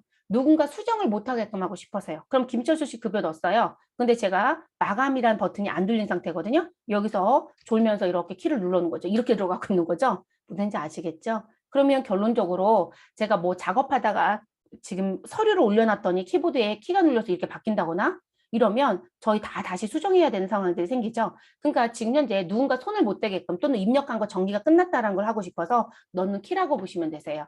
그러면 저희는 아까 500이라고 해서 500을 다시 바꾸겠지만 됐을까요? 그러면 종업원들 선택해 주시고요. 요 마감이라는 키를 눌러주시게 되면 이렇게 마감됐다고 나와요. 그럼 저 지금 키 또 누르고 있거든요. 아무 변화 없죠. 이해되셨나요? 그런 용도예요. 그러니까 이걸 마감했다고 해서 원천인수 이행상환 신고서가 가능하고 아니에요. 그거하고는 전혀 관계가 없습니다. 단순히 그냥 고치지 못하게끔 하는 키, 이런 키라고 보시면 돼요. 근데 여러분 마감 누르고 났더니 마감 자리가 바로 취소 키가 생기죠. 네, 그러면 취소 누르시면요. 다시 취소가 돼서 다시 수정하실 수 있어요. 네, 그렇게 되는 부분이고. 자, 중도퇴사자하고 연말정산키가 있어요. 자, 이 중도퇴사자라는 건 1월부터 12월 31일 사이에 그만둔 사람. 그럼 중도퇴사자 정산해야죠. 우리 왜 연말정산 하실 때 계속 근무자이면 다음 연도 2월에 급여를 줄 때 하시면 됩니다. 이렇게 말씀드렸어요. 근데 중간에 그만두시면 마지막 달 급여, 퇴사월의 급여를 지급할 때 정산하시라고 했죠. 그러면 중도퇴사자 버튼이 있어야 되겠죠. 그래서 쓰는 버튼이라고 보시면 되겠습니다. 됐을까요? 그래서 나오는 부분이고요. 그리고 여기 분납이라는 버튼이 있거든요. 이 분납은 어떤 의미이신 거냐면 우리가 연말정산이 끝났어요. 그런데 소득세가 10만 원이 넘어가면 그 소득세를 한 번에 내려고 보니 너무 부담스럽다는 거예요. 생계 부분이 있으니까. 그래서 소득세를 무엇 할 수 있다? 3번에 나누어서 낼 수 있다. 균등이에요. 그래서 우리 내야 되는 소득세가 15만 원이 나왔다. 아, 나 나눠낼게요. 그러면 5만 원, 5만 원, 5만 원 세 대를 걸쳐서 나눠낼 수 있어요. 그 선택은 종업원이 합니다. 회사가 하는 게 아니고요. 그래서 연말정산 하실 때 우리 그럼 2개 알려드리는 거예요. 시험이야 내는 대로 따라가시면 되겠지만 세무 1급은 저 분납을 낸 적이 있어요. DB를 본인들이 만들어주고요. 이거는 전년도 DB가 있어야 돼요. 전년도 DB 없이는 절대 분납을 낼 수가 없어요. AT는 분납 못 낼 겁니다. AT는 전년도 DB를 구동할 수 있는 기능이 교육버전에서는 다 막혀 있어요. 아무것도 쓸 수가 없어요. 그래서 2011년도에 지금 무료로 버전을 배포했다. 그럼 2011년도 거밖에 못 써요. 그러니까 2020년도 거, 2022년도 거로 아예 아무것도 못한다는 얘기거든요. 근데 지금 세무사랑은 한동안은 그렇게 교육 버전을 주었다가 지금 현재 과거랑 같이 볼 수 있는 기능을 열어줬어요. 그러다 보니까 이제 시험에서 이 분납도 세무 1급은 냈습니다. 그러면 분납 얘기가 나오면 분납 버튼 눌러서 무엇한다? 나눠주는 행위가 필요하다는 거죠. 이것도 회사에 가시면 있을 겁니다. 그래서 연말정산 하실 때 안내서에 무슨 부분, 당신 원천 징수를 100%가 아니라 80% 또는 120% 중에 택일 할 거라면 거기다 표시해서 내세요라는 난도 안내서에 만들어 주셔야 되고, 그리고 우리 10만 원이 넘어가면 우리 무엇 할 수 있다? 3개월에 걸쳐서 균등 분납이 가능한데 할 거라고 하면 체크해서 내세요라는 것도 안내서 기록란에 있어야 돼요. 선택은 다 종업원의 몫이지만 회사가 나는 만들어 줘야죠. 그렇죠? 네, 회사가 손해볼 것도 없잖아요. 그냥 우리 내는 세금하고 상계 정리하는 걸 3달에 걸쳐서 하겠다는 얘기인 건데요. 그래서 그 경우에 쓰는 게 분납입니다. 분납. 그래서 요 버튼도 나오는 부분. 세무 2급은 중도퇴사자 정산까지는 출제해요. 금년도는 중도퇴사자 정산 사실 시험 문제 나왔습니다. 1년에 대부분 한 번 정도 내거든요. 또 낼진 모르겠어요. 대부분 중도퇴사 정산은 1년에 거의 대부분 한 번 내고 있어서. 자, 그러면 지금 현재 사원 등록과 관련돼서 나와져 있는 이제 사원 등록에 여러분 죄송해요. 급여자료 입력과 관련돼서 나와져 있는 내용의 기본적인 설명은 다 정리가 됐어요. 저희 잠깐 쉬었다가 우리 실무 예제 바로 또 진행을 해볼게요.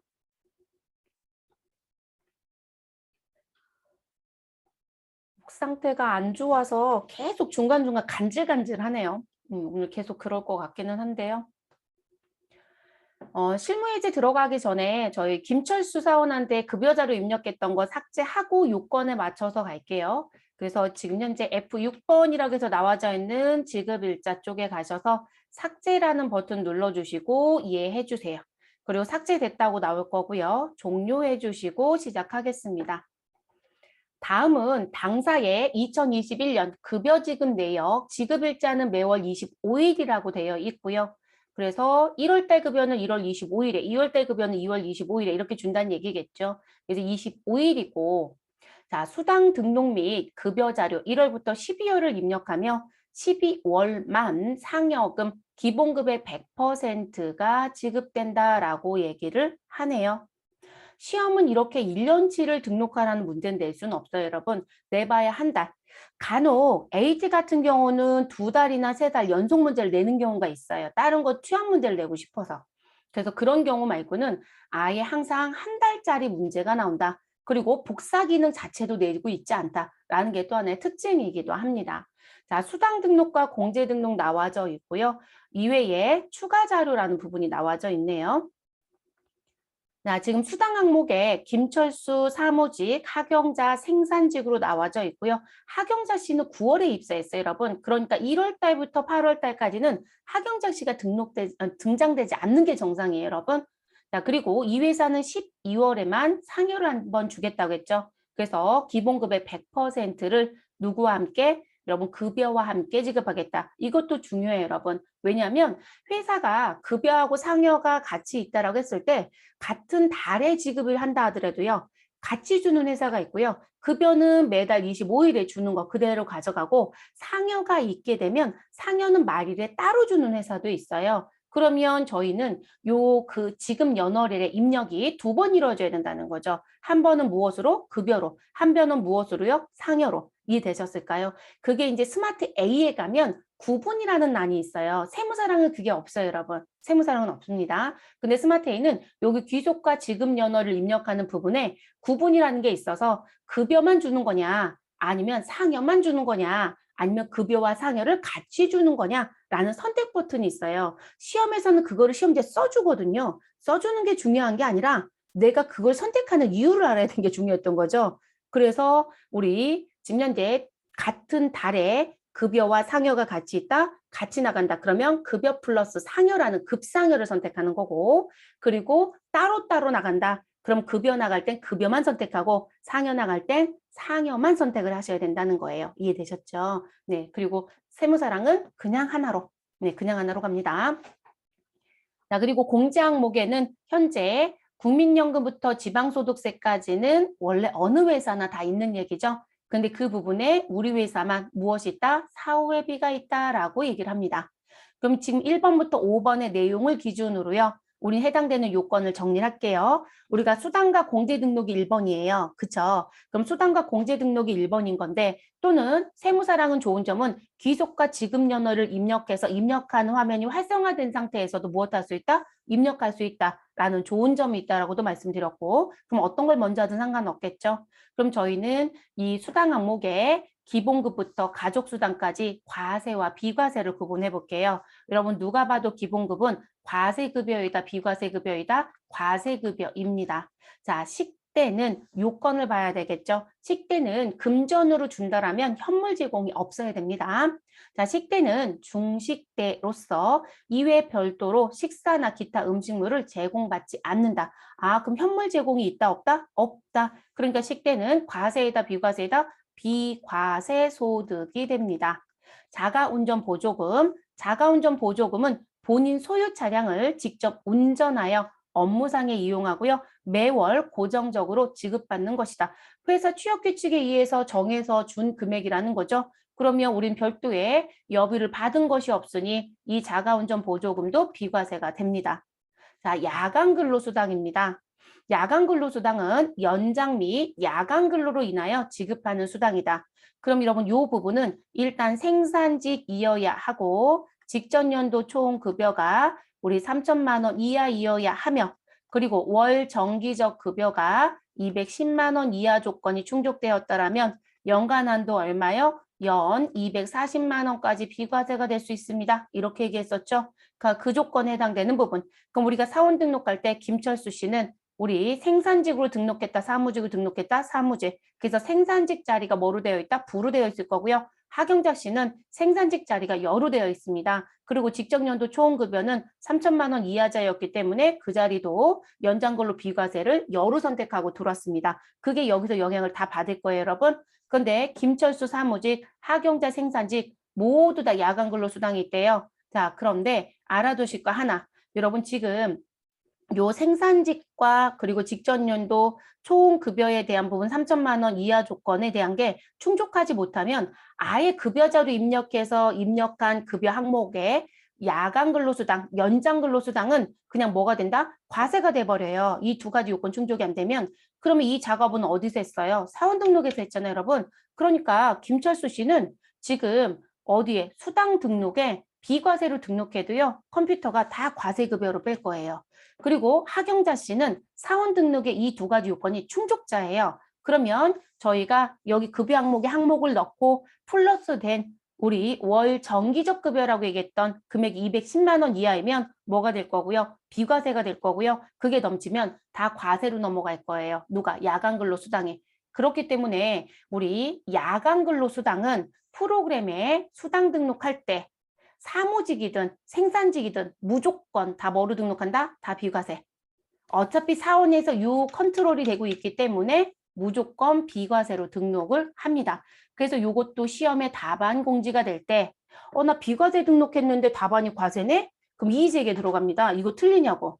왜냐면 비과세로 등록해도 여러분 사원 등록에서 벌써 과세자로 되어 있는 사람들은 비과세로 등록해도 다 과세로 계산이 돼요. 그러니까 문제가 되지 않아요. 그러니까 고민하지 마세요. 자격증뿐만이 아니라 업무도요. 야간 근로수당 다 비과세로 등록해도 사원 등록에 생산직 여부가 부로 되어 있으면 전부 다 과세로 돌아가요. 프로그램에서 해주는 게. 그래서 지금 다 비과세로 등록하시는 거로 기억하고 갑니다. 자, 육아수당요. 육아수당은 6세 이하 자녀와 관련하여 지급하고요. 하경자 씨는 당해 연도에 출생한 자녀가 있답니다. 그러면 우리 6세 이하 자녀가 있으니까 육아수당 회사에서 지급하는 금액에 대해서 비과세가 되겠죠. 그리고 뭐 더 많이 줬으면 넘친 금액은 과세로 자동으로 돌아갈 거고요. 그게 우리가 수당 등록할 때 비과세 코드 설정 값이 중요했던 거. 그래서 보여드렸었죠. 자, 가족수당이 있습니다. 가족수당은 여러분 회사에서 대부분 미혼보다는 부양가족 있는 분들에 한해서 요건을 정해서 주는 경우가 있어요. 직책수당이라는 것도 있고 뭐 많잖아요. 자격수당도 있고.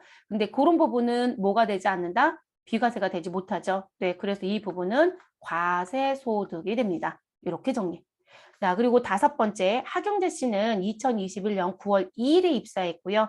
12월 상여금 지급 대상자에 해당한대요. 행복하겠네요, 여러분. 그쵸? 이제 상여금은 회사마다 입사 일자를 기준으로 무조건 주는 회사도 있고, 입사일을 기준으로 6월이 지나야 주는 회사도 있고, 그건 또 취업규칙 확인해 보시면 되겠죠. 그래서 여기 주겠다고 얘기합니다. 그러면 우린 등록하러 가볼게요. 자, 수당 공제 등록에 대한 부분은 우리 귀속과 지급연을 입력하고 시작을 해볼게요. 자, 그럼 귀속은 몇 월이요? 1월. 자, 그리고 지급연월일은 1월 25일입니다. 자, 김철수 씨만 등장하는 거 맞다겠어요, 여러분? 요거 이제 손대겠다는 얘기고요. 그러면 상단에 수당 공제 등록 선택하셔서 우리 수당 항목에 있는 요건 정리할게요. 기본급 있네요, 여러분. 자, 그리고 상여는 당장 지금은 쓰진 않지만 몇 월에? 12월에 써야 되니까 사용 여부 열어줍니다. 자, 이 회사는 직책 수당이 있어요, 없어요? 없어요. 그러면 이 자리 뭐로 바꿔라? 부로 바꿔라. 자, 월차 수당 있나요? 아니요, 없어요. 그러면 사용 안 할 거면 부로 바꿔라. 자, 식대는 쓸 거죠, 여러분? 10만 원. 그리고 비과세 요건 우리 동일하죠, 여러분? 그럼 그대로 두시면 됩니다. 자가운전 보조금 회사에서 쓰는 항목 동일하고요. 그리고 우리 비과세 요건 맞습니다. 그대로 두겠습니다. 자가운전 보조금은 대표적인 실비 변상적 급여입니다. 그렇기 때문에 월정액에 포함한다, 안 한다? 안 한다. 그러니까 부정기로 선택하는 거고요. 자, 그리고 야간 근로수당이 있습니다. 야간 근로수당도 우리 월정액에 포함 안 하죠, 여러분? 그러니까 부정기로 가시면 되겠죠. 그러면 요것도 그대로 쓸 거니까 내려옵니다. 그 다음 우리 육아수당이 있죠, 여러분? 자, 육아수당은 비과세입니다.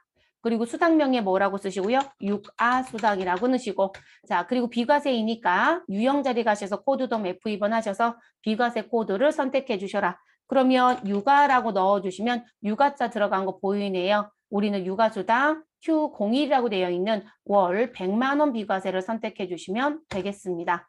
그리고 육아수당은 여러분 월정액이 포함일까요? 불포함일까요? 포함이죠, 여러분. 네, 우리가 월정액에 포함하지 않은 부정기를 선택해야 되는 부분은 실비 변상적 급여에 해당되는 비과세. 그리고 또 뭐 있었어요, 여러분? 그리고 우리 부정기적 급여의 성격인 상여 등 이런 거 얘기했었죠. 그리고 복리후생적 급여. 그리고 우리 야간 근로수당 무조건 빼진 거거든요. 그러면 그 네 가지에 들어가는 부분인데 육아수당은 그렇지 않죠. 네, 그러면 정기에 포함하는 겁니다. 사용할 거니까 열어두시면 되시고요. 자, 그리고 가족수당 들어갈게요. 자, 그러면 가족수당은 과세 1번 선택하시고 가족수당이라고 넣어줍니다. 자, 유형 코드돔 F2번 하시면 코드가 여러 개가 있다. 근데 이건 누가 봐도 뭐로 간다? 급여가 맞죠, 여러분? 그럼 코드돔 F2번 안 하셔도 괜찮습니다. 그리고 월정액에 포함하셔야 되겠죠, 여러분? 그러면 정기가 맞습니다. 사용은 우리 여로 가면 됩니다. 우리 가끔씩 명절 때 왜 그 수당 주신 회사들이 있어요. 명절 때 2번만. 그럼 여러분 그거는 매월 나가는 게 아니죠. 과세급여는 맞지만 그러면 그 부분은 부정기로 선택하셔야 돼요. 네, 부정기적 급여. 그러니까 우리가 부정기적 급여가 가장 대표적인 게 상여여서 상여 등의 부정기적 급여 이렇게 표현해 드렸더니 상여만 자꾸 그 생각을 하시더라고요. 근데 그게 아니에요, 여러분. 그래서 매달 고정적으로 나오는 게 아니면 부정기적 급여로 봅니다. 그러면 저희는 수당 항목 등록은 다 끝났습니다. 그리고 이제 공제 등록 가야 되겠죠. 자, 그럼 공제 항목에 등록 쪽에 가셔서 우리 공제 항목에 우리 누구 넣어주셔라. 사후회비를 이 회사는 받나 봐요. 사후회비. 자, 그리고 공제소득 유형에 가셔서 코드돔 F2번 하시고요. 이 부분은 4번 기타로 갑니다. 왜냐하면 다른 프로그램과 연동되는 부분 없거든요. 우리 회계 처리할 때 이 부분은 예수금으로 정리하셔서 우리 무엇 하시면 될까요? 이 사후에 다시 넘겨주는 거겠죠. 사용하겠다, 안 하겠다? 하겠다. 됐을까요?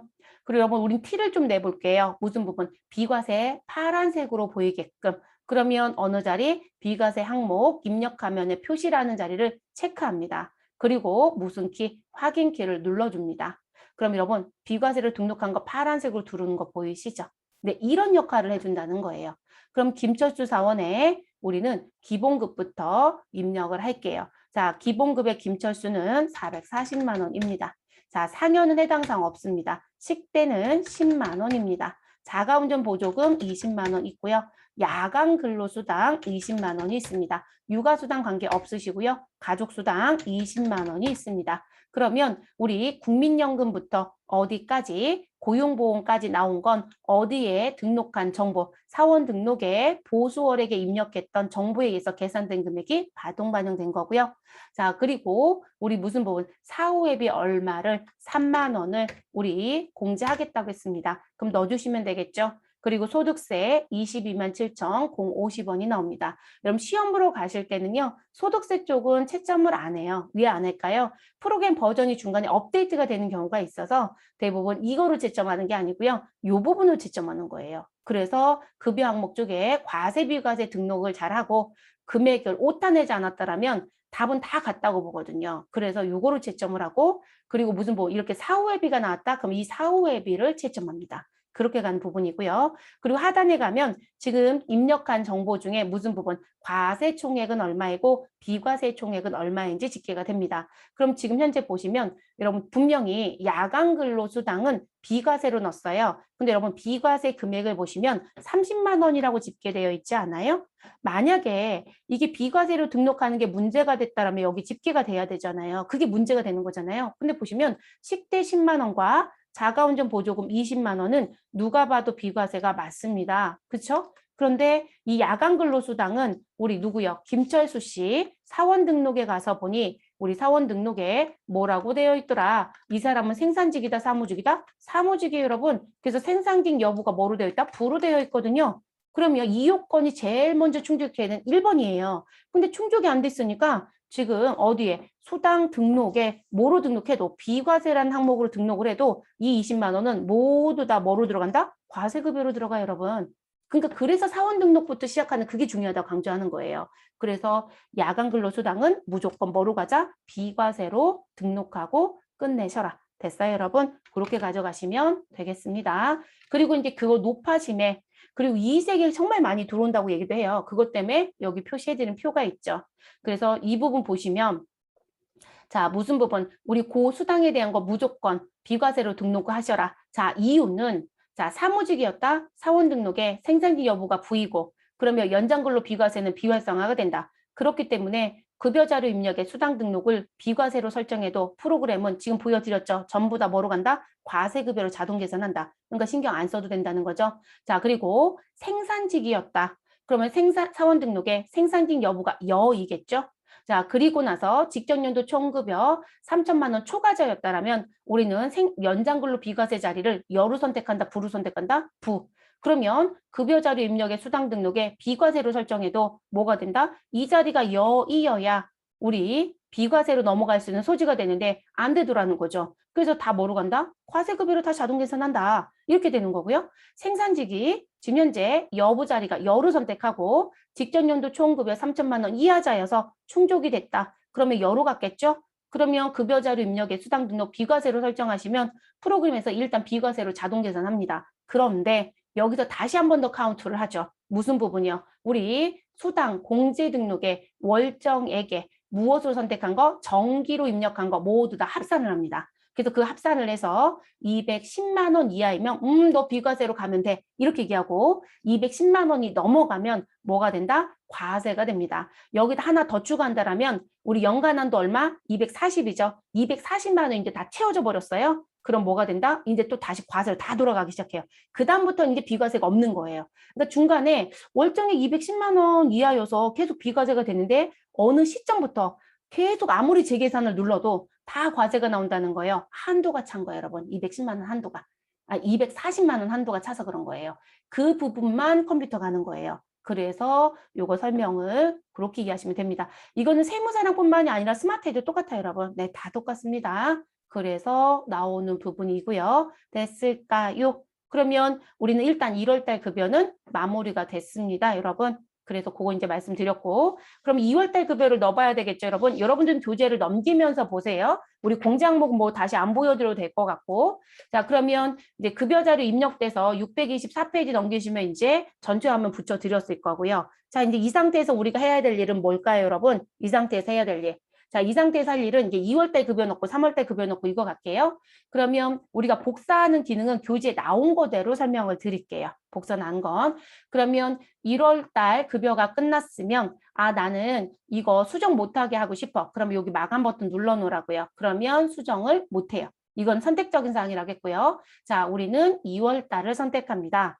그리고 2월달 급여도 2월 25일에 주겠죠? 그래서 엔터를 칩니다. 그 25일을 넣습니다. 그랬더니 이런 메시지가 뜹니다. 무슨 부분? 전월급여를 복사할래? 라고 얘기합니다. 그래서 전월 급여대장이 입력되어 있는데 복사합니다. 라고 묻고 전월 급여대장 복사를 할 때 우리 근로기준법 0에 갔더니 제27조에 따른 기재사항이 있더라. 그래서 여러분 요즘에 임금대장에도 표시해야 될 사항도 있단 말이에요. 그래서 그 부분도 같이 복사하겠냐고 물어봐요. 네, 원하시면 예를 누르고요. 아니요, 저는 급여 대장만 복사하고요. 근로기준법 시행령에 나와 있는 0에 나와 있는 건 우리 기재하는 거 안 따라오게 하고 싶어요. 그러면 아니요 선택하는 거예요. 저는 예를 원합니다. 자, 예를 선택을 합니다. 됐어요, 여러분? 그러면 지금 현재 1월 달 급여를 2월에 복사를 해온 거예요. 근데 여러분, 우리 간이세액뷰가 몇 월에 바뀌죠? 제가 말씀드린 적 있어요. 해마다 바뀐다고 했어요, 여러분?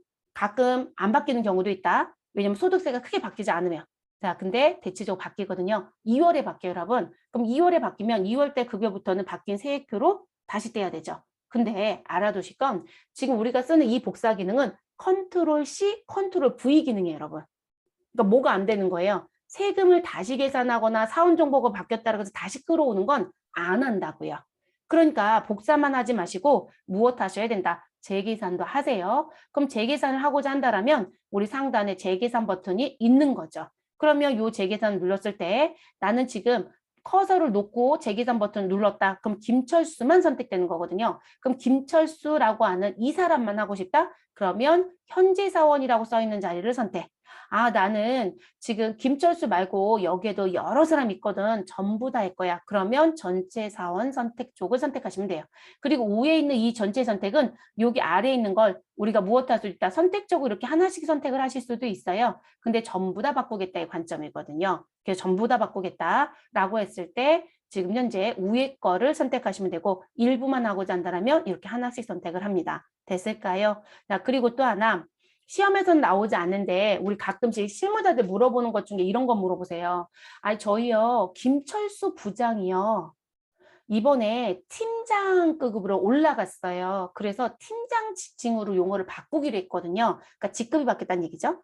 그래서 분명히 사원 등록에서 우리 무슨 부분, 직책과 직무 뭐 이런 거 넣는 자리가 있단 말이에요. 그 자리를 바꿔줬는데 급여대장에는 그게 계속 안 따라온다고 얘기를 하세요. 그리고 스마트에는 여기에 그게 따라 붙어 있어요.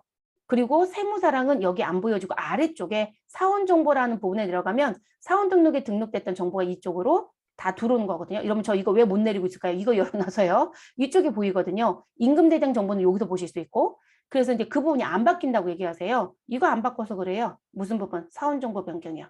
그러니까 내가 사원 등록에 그런 정보들, 그러니까 기업은 이것도 되게 중요해요. 급여대장이 페이퍼가 출력이 되면 대리가 과장이 됐어요. 그럼 과장으로 바뀌어서 나오는 거 원하지 계속 대리를 지키는 거 원하지 않거든요.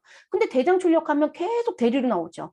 그러면 여러분들이 재계산을 안 하셔서 그런 거예요. 이해되셨을까요? 그래서 이제 그 부분. 그리고 4대 보험이 보수가 바뀌어서 지금 이 자리에 4대 보험을 다 바꿔줘야 된다? 그러면 우리는 무슨 부분? 4번, 5번, 6번, 7번 자리가 있죠. 이거 눌러서 재계산 누르면 여기가 싹 바뀝니다. 이해되셨어요? 당연히 사원 등록에 선행 작업 있어야 되고요. 자, 그리고 그 다음에 나아지는 부분, 무슨 부분? 우리가 중간에 업무를 보는 과정 중에 과세 비과세 설정이 잘못돼서 수정이 필요할 때가 있어요. 근데 알아두실 건, 자, 우리 1월 달부터 12월 달까지 소득세 신고가 다 끝났어요. 자, 연말정산 하다가 무슨 부분? 야, 우리 야간 근로 계산 다 잘못됐네. 이거 사원 등록부터 선택 왜 하나도 안 해놨어? 라고 얘기를 해요.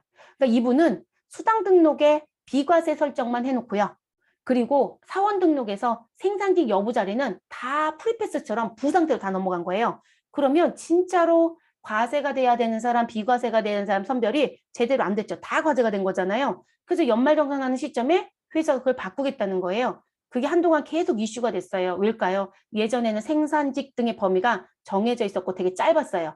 현장에서 근무하는 생산직, 그러니까 진짜 물건을 만드는 사람, 그리고 우리 무엇 하시는 분들, 운전하는 분들 얘기했더니 총무과 소속인 기사님도 들어오네요. 안 들어와요, 여러분. 화물 운전하시는 분들이에요, 쉽게 생각하시면. 그래서 총무과 소속인 우리 대표이사 운전기사님은 안 들어옵니다. 자, 그러면 그 기사분들이 들어오실 거고, 그리고 이제 또 뭐 있었어요, 여러분? 광산근로자, 물고기 잡는 사람, 그 정도 수준이었어요. 근데 해마다 세법이 개정되면서 우리는 판매하는 직원도 들어오고 음식점 업에 있는 요리를 만드는 사람도 들어오고 막 이러거든요.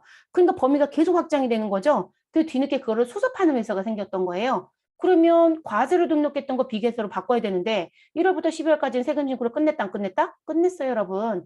그러면 절대로 소득세와 지방소득세 재계산은 하시면 안 돼요. 그 경우에는 여러분들이 분명히 이 수당 등록에 대한 게 잘못됐으면 여기도 바꿀 거고, 그리고 사원 등록의 설정값이 잘못됐으면 그것도 바꿔서 들어올 거예요. 그럼 그때는 요거만 누르셔야 돼요. 요 재계산만.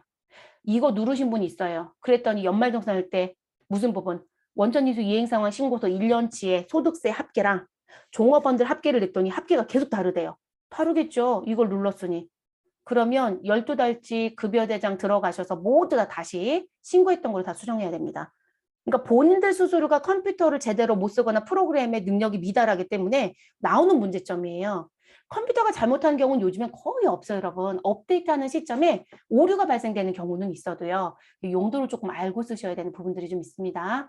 그래서 요 3번도 쓸 기회가 있다라는 거. 근데 요거 누를 땐 1번, 2번은 고민하고 누르셔야 돼요. 무조건 같이 누르시면 안 돼요.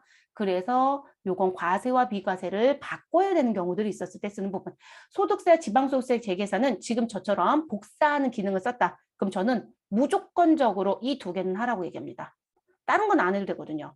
왜냐하면 세율표가 바뀔 수 있고 소득이 바뀌어서 바뀔 수도 있으니까.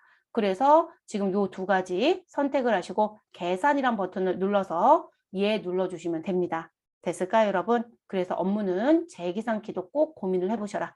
복사가 중요한 게 아니에요. 그래서 이렇게 정리가 됩니다. 그러면 이렇게 복사하는 기능.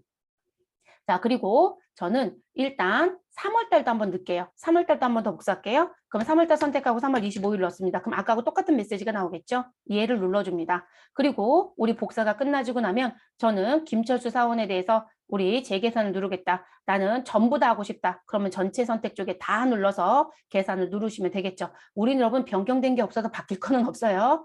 자, 그래서 이렇게 눌러주시고 됐나요? 자, 그런데 이런 기능도 있지만 우리 또 다른 기능이 있습니다. 자, 무슨 기능이 있냐면 우리 상단에 지급일자 버튼을 누릅니다.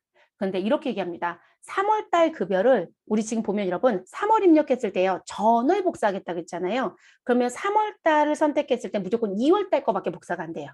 4월을 선택하면 무조건 3월밖에 복사가 안 돼요. 근데 우리 가끔 일하다 보면 이런 경우가 있어요. 2월달 걸 4월에 복사하거나 3월달 걸 6월에 복사하는 경우가 있어요. 그러면 그 복사는 조금 전에 보여드렸던 기능으로는 안 돼요. 선택적 복사가 안 된다는 거죠. 무조건 전월 복사인 거예요. 근데 나는 해당되는 달에 선택적으로 다른 달, 전월이 아닌 다른 달 걸로 복사하고 싶다. 그럼 그땐 지급일자에 들어옵니다. 그럼 지급일자에 들어와서요. 지급일자에 들어와서 우리 무슨 부분, 여기 복사라는 기능이 있어요, 여러분. 그럼 복사라는 기능을 눌러줍니다. 그러면 너는 몇 월 달에 몇 월 거를 복사할 거냐라고 물어보는 거거든요. 됐을까요, 여러분? 그러면 저는 2월 달 급여에 대해서 그리고 회사가 급여를 지급한 정보가 많으면 이쪽에 쫙 들어오겠죠. 전 하나밖에 없지만 그러면 이 부분에 대해서 2월 달 선택해 주세요, 여러분. 2월 달에 지급했던 2월 25일자 복사라는 버튼을 눌러주고요. 그리고 귀속은 몇 월로 가겠다? 3월로 갈게요. 아유, 4월로 갈게요. 자, 그리고 지급일자 며칠로 가겠다? 4월 25일로. 그래서 지금 현재 2월 달의 급여를 우리 무엇 하겠다? 4월 달의 급여로 복사를 하겠다라고 하는 부분을 얘기하는 부분이에요, 여러분. 됐을까요? 아이고, 저 왜 선택을 여기를 4월로 넣었을까요? 2월로 가야죠. 자, 그래서 귀속월 2월 달을 선택해 주시고 지급일자는 4월 25일. 자, 그래서 이렇게 넣어 주시고 복사라는 기능을 눌러 주세요. 자, 그러면 반짝반짝 할 거예요, 여러분. 일단 지금 전 잘못된 처리 부분 일단 먼저 보여드렸고요. 그냥 봐주세요. 그럼 여러분 지금 보세요. 어떤 문제가 생기냐면 지금 제가 여기에 지급일자 부분에 4월 25일에 지급일자 일단 들어왔어요. 자, 이거 왜 그러냐면 제가 복사 기능을 눌렀을 때 여러분 여기 지금 현재 제가 여기를 처음에는 4월로 넣었어요. 근데 제가 이거를 2월로 바꿔버렸거든요. 그러니까 뭐가 되냐면 2월 달에 복사가 돼버린 거죠. 그래서 지금 2월 달에 주었던 자리에 커서를 두고 이 상태에서 여기에 날짜를 넣을 땐 내가 복사를 하고자 하는 달로 넣어주셔야 돼요. 근데 제가 여기를 4월로 처음엔 올바르게 넣었다가 2월로 넣어버리면 지금 2월 달에 4월 25일 날짜가 들어가서 복사가 되집니다. 그래서 이제 일단 잘못했어요. 자, 그러면 지금 복사 기능 정확하게 아시겠죠? 아, 내가 복사하고자 하는 선택을 복사하고자 하는 달을 선택을 해주시고 그리고 그 자료를 몇 dol로 복사할 거냐라는 걸 여기다 입력해 주시면 되겠죠. 그래서 저는 오류를 보면서 이거 잘못된데 이거 4월 25일이라고 넣었던 요거는 4월 달로 가야 되는데 내가 복사를 잘못했네 라고 하시면 지금 그 부분은 하단에 보시면 이동키가 있어요. 여러분 이거 다 설명하려고요. 그럼 여기 이동키가 있고요. 그러면 4월 25일 걸 선택하시고 이동이라는 버튼을 눌러주세요. 그러면 요 부분은 몇 월로? 나 4월 달로 이거 이동해야 돼. 내가 잘못 복사했거든. 그래서 지급일자 동일하게 4월 25일로 갈 거고요. 그리고 이동이라는 버튼을 눌러줍니다. 처리하겠냐고 물으면 예 해주세요. 자, 그럼 여러분 지금 보시면 확인 버튼 눌러주시고요. 2월 달에서 지금 2월 25일 아래쪽에 있던 4월 달 건 없어졌죠. 4월 25일 지급한다는 건 그게 어디로? 4월 달 귀속에 4월 25일로 이동이 돼요. 그래서 우리가 복사가 잘못된 게 있거나 또는 입력을 잘못하게 돼요. 간혹. 그럼 대부분들 이게 입력이 잘못되면 소위 말해서 이제 귀속과 지급일자를 잘못 넣었던 거죠. 그러면 대부분 삭제를 하고 다시 넣으시더라고요. 그러지 마시고 조금 전에 보여드렸던 것처럼 무엇 하셔라? 해당 자료가 있는 자리에 가서 선택을 하시고 이동이라는 걸 눌러주셔라. 그러면 이동이 됩니다. 됐어요? 자, 그렇게. 그리고 그 다음 저는 4월 25일에 지급일자를 넣어놨는데요. 이날이 며칠이었다. 빨간 날이래요. 그럼 회사는 대체적으로 급여를 앞으로 당겨서 주죠. 뭐 그렇지 않은 회사도 있긴 하지만 그래서 저희는 4월 24일 날 지급한대요. 그럼 이제 이런 생각을 합니다. 저희 종료할게요, 여러분. 그리고 여기에 4월 달에 갑니다. 자, 4월 달에 그러니까 4월을 선택하고 종료를 누르면 4월 달에 바로 열려요. 자, 그럼 4월 달에 와서 봤더니 여기가 24일로 바꾸고 싶은 거예요. 그럼 이 자리 가서 본인이 자꾸 24일을 넣어요. 근데 복사하겠자고 자꾸 뜨네? 근데 여러분 이게 다른 날짜로 인식을 하는 거예요. 4월에 급여를 2번 주는구나. 이렇게 인식을 하면서 3월 달에 급여 정보가 있으니까 복사하겠다고 메시지를 뜨는 거거든요. 저는 안 할 거예요, 여러분. 취소를 합니다. 그러면 대부분들이 날짜는 수정이 안 되나 보구나. 이렇게 생각을 해요. 그게 아니라 여기 상단에 지급일자 안에 가면 누가 있다? 지급일자 수정 버튼이 있어요, 여러분. 이 수정이 그런 의미예요. 그러면 저희는 4월 달에 4월 24일을 선택하고요. 이 자리를 마우스를 누르면 그러니까 이 자리에 4월을 선택했을 때는 이 자리가 선택됐다는 의미로 이쪽이 블럭이 길게 잡히거든요. 근데 이 상태에서 제가 오른쪽에 보여지는 날짜, 정보를 선택을 하게 되면 이쪽이 길게 블럭이 잡혀요. 그럼 4월 25일 선택이 된 거고요. 이 상태에서 지급일자 수정 버튼을 눌러요. 변화는 없어요, 여러분. 이게 흰색으로 바뀌거나 하면 좋겠지만 안 그렇거든요. 그냥 이 버튼 누른 상태에서 2021년 4월 24일을 입력합니다. 자, 그러면 일자 수정하겠냐고 묻죠? 저 수정할 거예요. 예. 됐어요, 여러분? 자, 그러면 저는 또 뭐가 문제가 있어? 이런 이상한 이런 메시지가 같이 들어올까요? 자, 수정됐다고 메시지가 들어왔고요. 그럼 수정이 됐죠, 여러분? 그럼 이 상태에 두시고요. 저희 종료 버튼 누르면 여기 4월 24일에 내용을 이제 들어와야 되겠죠. 됐을까요? 지금 제 거 같은 경우는 열려있는 상태에 들어갔더니 인식을 좀 못했어요. 여러분도 그랬는지 모르겠지만 그래서 전혀 위로 올라갔다 다시 조회했어요, 여러분. 그럼 날짜 변경된 거 확인되시죠? 그래서 회사에서 업무를 하시다 보면 이 지급연월일이 변경이 필요할 때가 있어요. 그럼 지급일자에 가서 합니다. 그래서 이 지급일자라고 하는 요 기능은 우리가 밖에서도 복사가 가능하다. 근데 밖에서 복사하는 건 무조건 전월 복사밖에 안 된다. 그러다 보니까 무슨 부분이요? 우리가 말일날 준다라고 하지만 그 말일날이 대부분 공휴일이면 앞으로 당겨주잖아요. 그럼 날짜 수정이 필요하거든요. 그럼 지금 들어와서 이 기능 쓰시라고 말씀을 드리는 거고 됐을까요? 자, 그리고 지금 내가 2월 달에 급여를 4월로도 복사할 수 있다 없다? 있다. 자, 그래서 복사하고자 하는 달에 가서 해당 자료 선택하시고 복사 기능을 누르고 우리 달과 지급일자를 입력하셔라. 근데 제가 아까 오류 범해드렸죠? 잘못된 거. 자, 그래서 잘못된 정보가 있다. 그래서 귀속과 지급을 잘못 넣어서 다른 달로 옮겨줘야 된다. 그럼 삭제하지 마시고 이동 기능을 쓰셔라. 이런 말씀을 드렸던 거죠. 됐을까요? 그리고 이제 스마트 A에는 기능 없는 것 중에 하나가 뭐가 있냐면 이제 이 프로그램 세무대리인들이 많이 쓰잖아요. 근데 회사에 급여 대장이 변화가 없는 회사가 있어요. 이번 달도 2명 급여 수준 똑같고 다음 달도 2명 급여 수준 똑같고 그러면 우리가 이제 그런 회사들이 종업원이 적으면 우리 왜 상시 근로자 수 20인 이하는 반기 신고가 가능하잖아요. 그래서 실질적으로 변화가 없어서 한꺼번에 6개월치 정보를 주는 회사들이 있어요. 근데 봤더니 1월부터 6월달이 다 똑같아요, 여러분. 그럼 1월달 한번 넣어놓고요. 또는 12월달 거 1월에 복사를 하고요. 그리고 나서 무엇 하시면 될까요? 우리 6월 달까지 지금처럼 복사를 하는 게 아니라 한꺼번에 복사를 할 수도 있겠죠. 그게 다중복사예요, 여러분. 이 다중복사가 그런 기능입니다. 그러면 저희는 지금 현재 누구요? 하경작 씨가 입사한 날이 9월이에요. 그러면 8월 달까지 다중복사해도 되겠네요. 그러면 그 복사를 한번 해볼게요. 자, 저희는 4월 달로 가서 할게요. 4월 달에 우리 3월 달에 갈게요. 3월 달에 가시고 3월 25일에 커서 놓으시고요. 다중복사 기능 눌러주시고요. 우리 몇 월부터? 5월부터 8월까지. 그러면 9월까지 갈게요. 9월까지. 그럼 5월부터 9월까지 갑니다. 자, 그리고 당월에 지급하느냐, 다음 달에 지급하느냐 묻네요. 모두 다 우리 당월 지급이죠. 25일 날. 그러면 당월 지급 버튼 누릅니다. 그리고 여기 25일 나오죠. 그리고 여기를 다음 달 지급이란 거 누르면 날짜 넣어주시면 되는 거고요. 그래서 당월 지급에 25일 그대로 가져갈게요. 그럼 우리는 5월부터 9월달 여기 자료가 쫙 들어온다는 거거든요. 그러면 복사라는 기능을 누르시고 얘 눌러주시면 우리 이렇게 반짝반짝하면서 생길 거예요, 여러분. 이해되세요? 이 다중복사가 있어요. 그럼 처리가 됐다고 끝나네요? 그럼 확인 버튼 눌러주세요. 그러면 우린 몇 월부터? 우리는 5월부터 9월까지 복사된 거 보이시죠? 이건 일반 기업은 쓸 일은 거의 없어요, 여러분. 일반 기업은 매달 정리하고 있기 때문에 거의 다중복사 쓸 일 없고요. 이거는 정말 세무대리인 쪽 기능이에요. 그래서 이런 기능도 있다. 됐을까요? 뭐 삭제라는 건 말 그대로 지우는 거고요. 그리고 제가 복사할 때 임금대장에 근로기준법 시행령에 의해서 기재사항도 있다라고 했잖아요. 그거 아까 여기 밖에서 복사할 때 그 메시지가 들어왔었죠. 그거는 여기 체크박스 해제 안 하시면 그대로 계속 따라가는 거예요. 네, 따라가는 거고요. 그러면 지금 저희 9월달 선택을 하시고요. 종류 버튼 누르면 9월로 여기가 바뀌어서 나올 거고요. 이해되셨어요? 또는 여기 선택이라는 거 하셔도 되시고 뭐 편하신 대로 하세요. 선택 누르면 이런 반짝하더니 그냥 확 후루룩 닫히죠.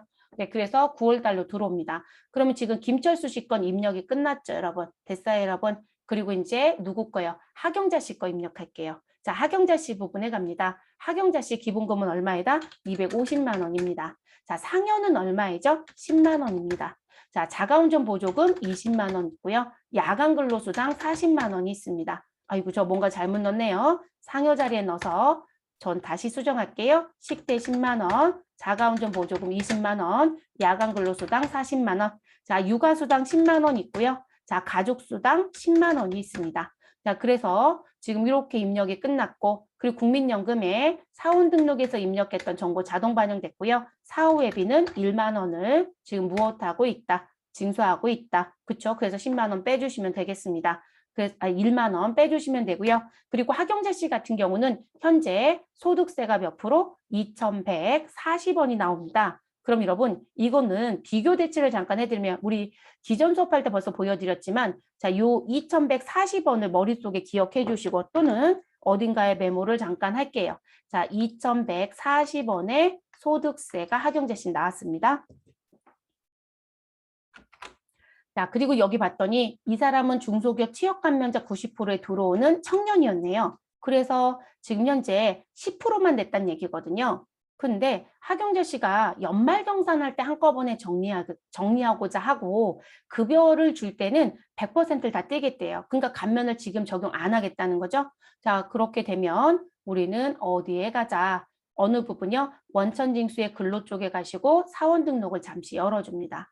자, 사원 등록을 잠시 열어주시고 그리고 사원 등록에 가셔서 하경자 씨의 추가사항 탭에 가면 우리 중소기업 취업 감면 여부가 있죠, 여러분. 여기 급여 입력을 연말 입력으로 바꿀게요. 됐을까요, 여러분? 또는 이걸 뭐 부로 바꾸셔도 상관이 없고요. 그래서 부로 바꾸셔도 되고 우리 그냥 부로 바꿔볼까요? 그래서 비교 대체 그냥 요거로 해버릴까요? 그러면 부로 바꿨다? 그럼 연말경사는 관계가 없는, 아니, 이 사람은 취업 감면이 아니라는 거죠. 네, 그러면 이 상태에서 하경자 씨 자리가 감면이 아예 적용이 안 된다는 거고 지금 이 부분의 금액도 사실상 100%로 환원이 되겠죠. 그럼 2만 원대로 바뀌겠네요. 그러면 하경자 씨 선택해 주시고요. 재계산에 가셔서 전체 선택 그냥 다 누를게요, 여러분. 우리 사원 정보 갖고 와야 되는 거거든요. 자, 재계산 눌러주시고 예 눌러주세요.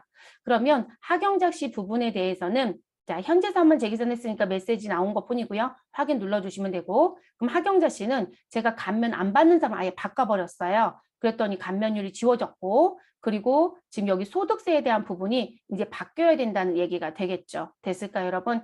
그래서 요 감면율이 바뀌고 소득세 부분도 같이 바뀐다고 보시면 됩니다. 지금 학영자 씨 거 소득세가 안 바뀐 거로 보여지네요.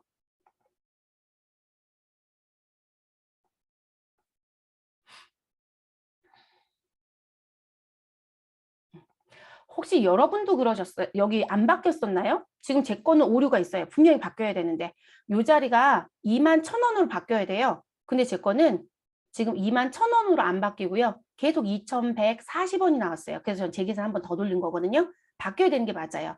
그래서 제 계산이 올바르게 됐다면 학영자 씨의 소득세는 21,040원이 아니라 100% 금액인 21,440원이 나올 거예요. 이해됐을까요? 그래서 이게 중소기업 취업감면을 적용하고 안 하고에 따라서 이 자리가 바뀌어집니다. 그거는 급여에서 할 수도 있고 어디에서 할 수도 있다. 연말정산 때 할 수도 있다. 그거 한 번 더 점검해 드렸고 자 그러면 저희는 학영자 씨 다시 바꿔놓을게요. 여러분 중소기업 취업감면 여부 여로 바꿔놔 주시고요. 기간은 그대로 두시면 되시고 급여 입력 방식 그대로 쓰겠습니다. 자 그래서 사원 등록 다시 수정했습니다. 그럼 저희는 다시 또 재계산을 해야 되겠죠 여러분. 요거는 보는 방법 때문에 계속 말씀드리는 거예요. 그러면 학영자 씨 선택해 주시고요. 상단에 재계산이라는 버튼 눌러주시고 저희는 전체 선택을 현재 사원에서만 할게요. 그리고 계산 버튼 눌러주시고요. 예 눌러주십시오. 자 그러면 재계산합니다라고 얘기했습니다. 했고요. 확인 눌러주시면 됩니다. 지금 저희 프로그램 뭔가 문제가 계속 있네요. 그쵸? 90%는 들어왔거든요. 또 소득세 재계산 제 건 안 되네요. 이게 가끔씩 교육 버전의 문제인 건지 이런 문제점이 있어요. 뭐 재계산 다시 하면 되긴 합니다. 근데 왜 이러는 걸까요? 그럴 이유가 없는데 저는 다시 재계산 돌릴게요. 그러면 지금 2,140원으로 바뀌는 거 보이시죠? 네, 그래서 이렇게 바뀐다는 거. 제 PC에 문제가 있을 수도 있어요, 여러분. 이게 수업을 하다 보면 잘 되다가 안 되는 경우들이 있거든요. 자, 그러면 학영자 씨 거 입력이 마무리가 됐습니다. 그러면 이제 여러분 우리는 10월 달, 11월 달, 12월 달 급여 넣어주시면 되는 거죠. 그러면 지금 현재 상단에 지급일자라는 버튼 눌러주시고요. 그리고 다중복사를 이용해 보도록 하겠습니다. 그래서 저희는 어느 부분 9월 달에 있었던 두 사람의 급여를 다중복사 키를 눌러서 몇 월, 10월부터 12월까지 복사를 하겠다. 당월 지급이고요. 그리고 그대로 복사, 그리고 예 해주세요.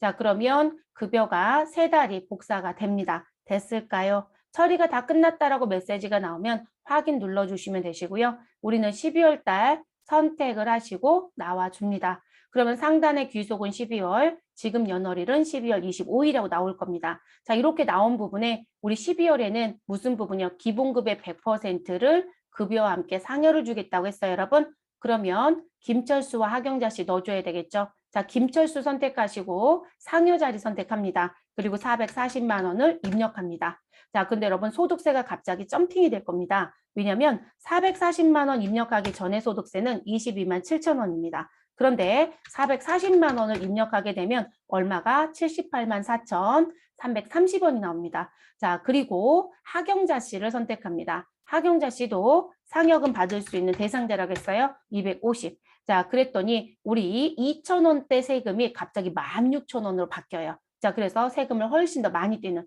근데 대부분들이요, 어떻게 생각을 많이 하시냐면 지금 현재 기본급만 그냥 가져갈게요. 자, 440 정도의 소득을 받았을 때 원래 20만 원 정도의 세금을 뗐다. 그러면 440만 원이 추가가 되면 우리 생각에는 아, 소득세가 20만 원이 더 추가가 되겠구나. 그래서 월급에서 40만 원의 세금을 떼야 되겠네. 이렇게 원리를 생각하거든요. 근데 들어와서 보니 소득세가 막상 그렇지가 않더라는 거예요. 훨씬 많잖아요, 여러분. 자, 이게 왜 그러냐면 자, 김철수 씨 기준으로 갈게요. 김철수 씨는 1월부터 몇 월까지 급여를 지급했어요? 12월까지 급여를 지급을 했었습니다. 그러면 과세되는 금액은 920에서 440을 빼면 자, 금액이 눈에 한눈에 안 들어온다면 그냥 지워보면 되죠. 자, 이 자리를 0으로 바꾸면 480이네요. 자, 480만 원을 몇 달 동안 받았을 것이다? 우리 12월까지 이제 급여가 있는데 이 부분 중에 지금 내용을 보면 1월부터 몇 월까지는 우리 11월까지는 얼마를 가지고 480만 원에 대해서 세금 얼마를 22만 7,050원을 징수했던 거거든요. 그리고 나서 12월에 누구요? 급여와 상여가 나갔다라는 거죠. 됐을까요, 여러분? 그래서 상여 440만 원이 지급이 됐습니다. 자, 그러면 지금 여기 12월 달에는 실제 과세급여로 들어간 금액이 실질적으로 920만 원이 들어간 거예요. 그러면 세금은 어떻게 계산하시는 거냐면 원천징수할 때 세금의 계산은 이건 여러분 소득세법 규정이에요. 그래서 알려드리는 거고 그리고 업무에서는 필요한 부분이고요. 자격증은 그냥 오타만 안 내면 다 맞았으면 처리하니까 큰 의미는 없어요. 종업원들이 물어볼 거예요. 네, 세금이 많이 나오니까. 본인들 생각할 때도 40만 원 떼야 된다고 생각하거든요. 근데 78만 4천 원 나오니까 이거 세금 왜 이렇게 많이 떼요? 라고 얘기하거든요. 그러면 여러분들이 세법에 나와져 있는 원천징수의 계산 방법을 알려주셔야죠. 이런 원리를 떼기 때문에 그렇다. 그러면 그 부분은 지금 나와져 있는 480만 원에 대해서 11달을 곱합니다. 그래서 11달을 곱하고 그러면 5,280과 관련된 세금이 매월 22만 7천 원 된 거예요. 근데 여기에 우리 얼마? 920만 원이 무엇되었다? 더해진 거죠. 그러면 아이고 제가 잘못해서 그렇죠, 여러분?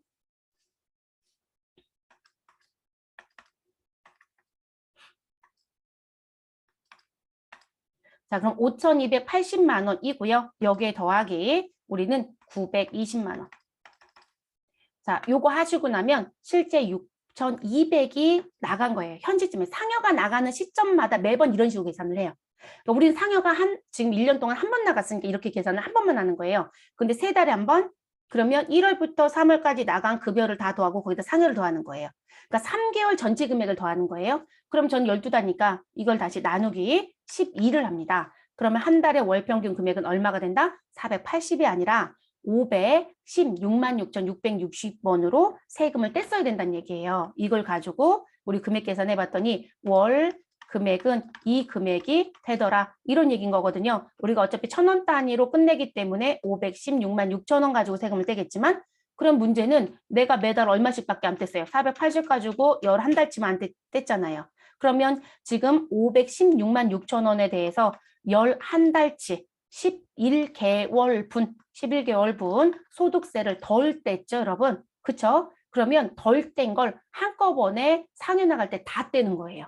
그러니까 실질적으로 우리가 간이세액표가 여러분 이렇게 되어 있다고 했잖아요. 그럼 여기에는 누가 들어오고 총 급여액이 들어오고 근데 그 총 급여가 480이었던 거거든요. 그런데 우리는 516만 원으로 바뀌었다는 얘기예요. 그러면 부양가족의 변화는 없겠지만 소득의 국어는 올라갔잖아요, 여러분. 우리는 누진세잖아요. 그러면 480과 516만 원 차이에 세금 덜 뗀 게 있겠죠. 이거를 11달치를 한꺼번에 다 떼야 된다고요. 우리는 지금 현재 12월이니까요. 근데 11달치를 안 뗐으니까 그 11달치와 그리고 12월에 나갔던 920의 세금을 떼서 만나는 거예요. 쉽게 생각하면. 그럼 우리가 12달이면 그냥 12달치 금액이 516만 6천 원이니 이거 세금을 덜 낸 거 다 한꺼번에 내 이렇게 되거든요. 그러니까 누진으로 떼니까 세금이 훨씬 더 높아져요.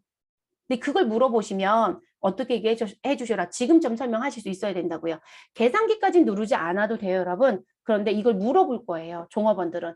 제가 교육 나갔는데 한 분이 그 얘기 하신 적 있어요. 근데 그분 너무 당당하게 직원들이 그거 물어보는데 너무 답변이 어려웠대요. 그래서 근데 이분 같은 경우는 인사팀 직원은 아니었던 것 같아요. 근데 자기 회사 종업원이 이걸 물어보면 항상 그렇게 얘기했대요. 프로그램에서 나온 대로 뗀 거라고 이렇게 얘기하셨대요. 인사 담당자로 왜 앉아 있는 걸까요? 그러니까 정말 이 사람이 그 일을 하는 사람이 맞을까 싶을 정도의 자질을 갖고 있는 분들도 있어요. 근데 월급은 정말 따박따박 다 받아가고 있는데 근데 그렇게 답변하는 건 정말 창피스러운 얘기죠. 인사 담당자인데. 그래서 소득세, 원천징수세액 산정 기준이 있고요. 거기에 상여가 매달 나가지 않기 때문에 우리가 이렇게 중간중간 나가게 되면 그 상여가 나가는 시점까지의 전체 상여를 포함한 전체 금액을 더해라. 그리고 그거를 월수로 나눠라. 그럼 월평균 총급여가 나올 것이다. 그 월평균 총급여의 간이세표 구간의 세금을 우리 징수해야 된다는 게 법이라는 거예요. 그러면 아직까지 냈던 세금 빼고 못된 걸 한꺼번에 다 뗀다. 그래서 상여가 우리가 3개월에 한 번, 6개월에 한 번 나오게 되면 갑자기 소득세가 이게 폭등하는 것처럼 떼지는 이유가 그런 이유예요. 이해되셨을까요? 나오는 부분. 다시 한 번 말씀드리지만 시험은 그냥 패스예요. 오타만 내지 마세요. 제발 부탁드리는데 오타만 내지 마세요. 그러면 모든 게 끝나집니다. 자, 그래서 이렇게 급여 자료 입력 부분은 마무리가 됩니다, 여러분. 그래서 급여 자료는요, 여러분들이 과세 소득과 비과세 소득, 그리고 수당 등록에 대한 부분에 설정값 넣는 것 정도만 잘 하시면 사실상 어려울 게 없어요, 여러분. 네, 어려울 게 없습니다. 그래서 그것만 잘 맞춰가시면 되고요. 지금 저희 수업이 길잖아요, 여러분. 근데 내용 들어보시면 죄다 다 무슨 얘기예요? 전부 다 업무적인 얘기죠. 그러니까 업무적인 부분에서는 재계산도 떠야 되고 이 지급일자 복사 기능도 다 알아야 되고 그 조금 전에 말씀드렸던 건 사원 등록의 정보가 바뀌었다. 그러면 재계산도 누굴 누르면 들어온다. 그리고 상여금이 나오게 되면 세금 계산이 어떻게 돌아간다. 다 알아야 되는 얘기지만 자격증은 그런 거에 전혀 관심이 없다는 거예요. 단순히 과세와 비과세를 수당공제 등록에 등록해서 금액 정확하게 넣어서 우리 답안 제출만 잘 할 수 있느냐 이것만 보고 있다는 거죠. 그게 이제 우리가 시험에 약간의 뭐라고 해야 될까요? 업무하고의 차이점이라고 보셔야 되겠죠. 네, 그래서 그 부분만 현재 내고 있는 실정입니다.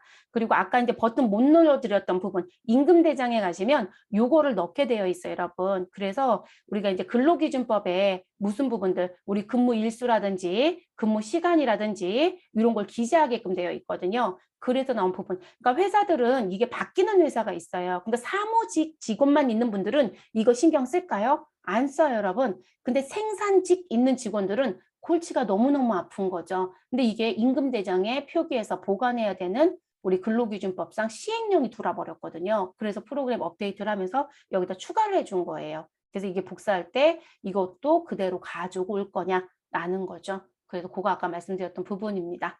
자, 이번 강좌는 이렇게 해서 마무리하겠습니다. 다음 시간에는 집중심화 같이 풀어볼게요.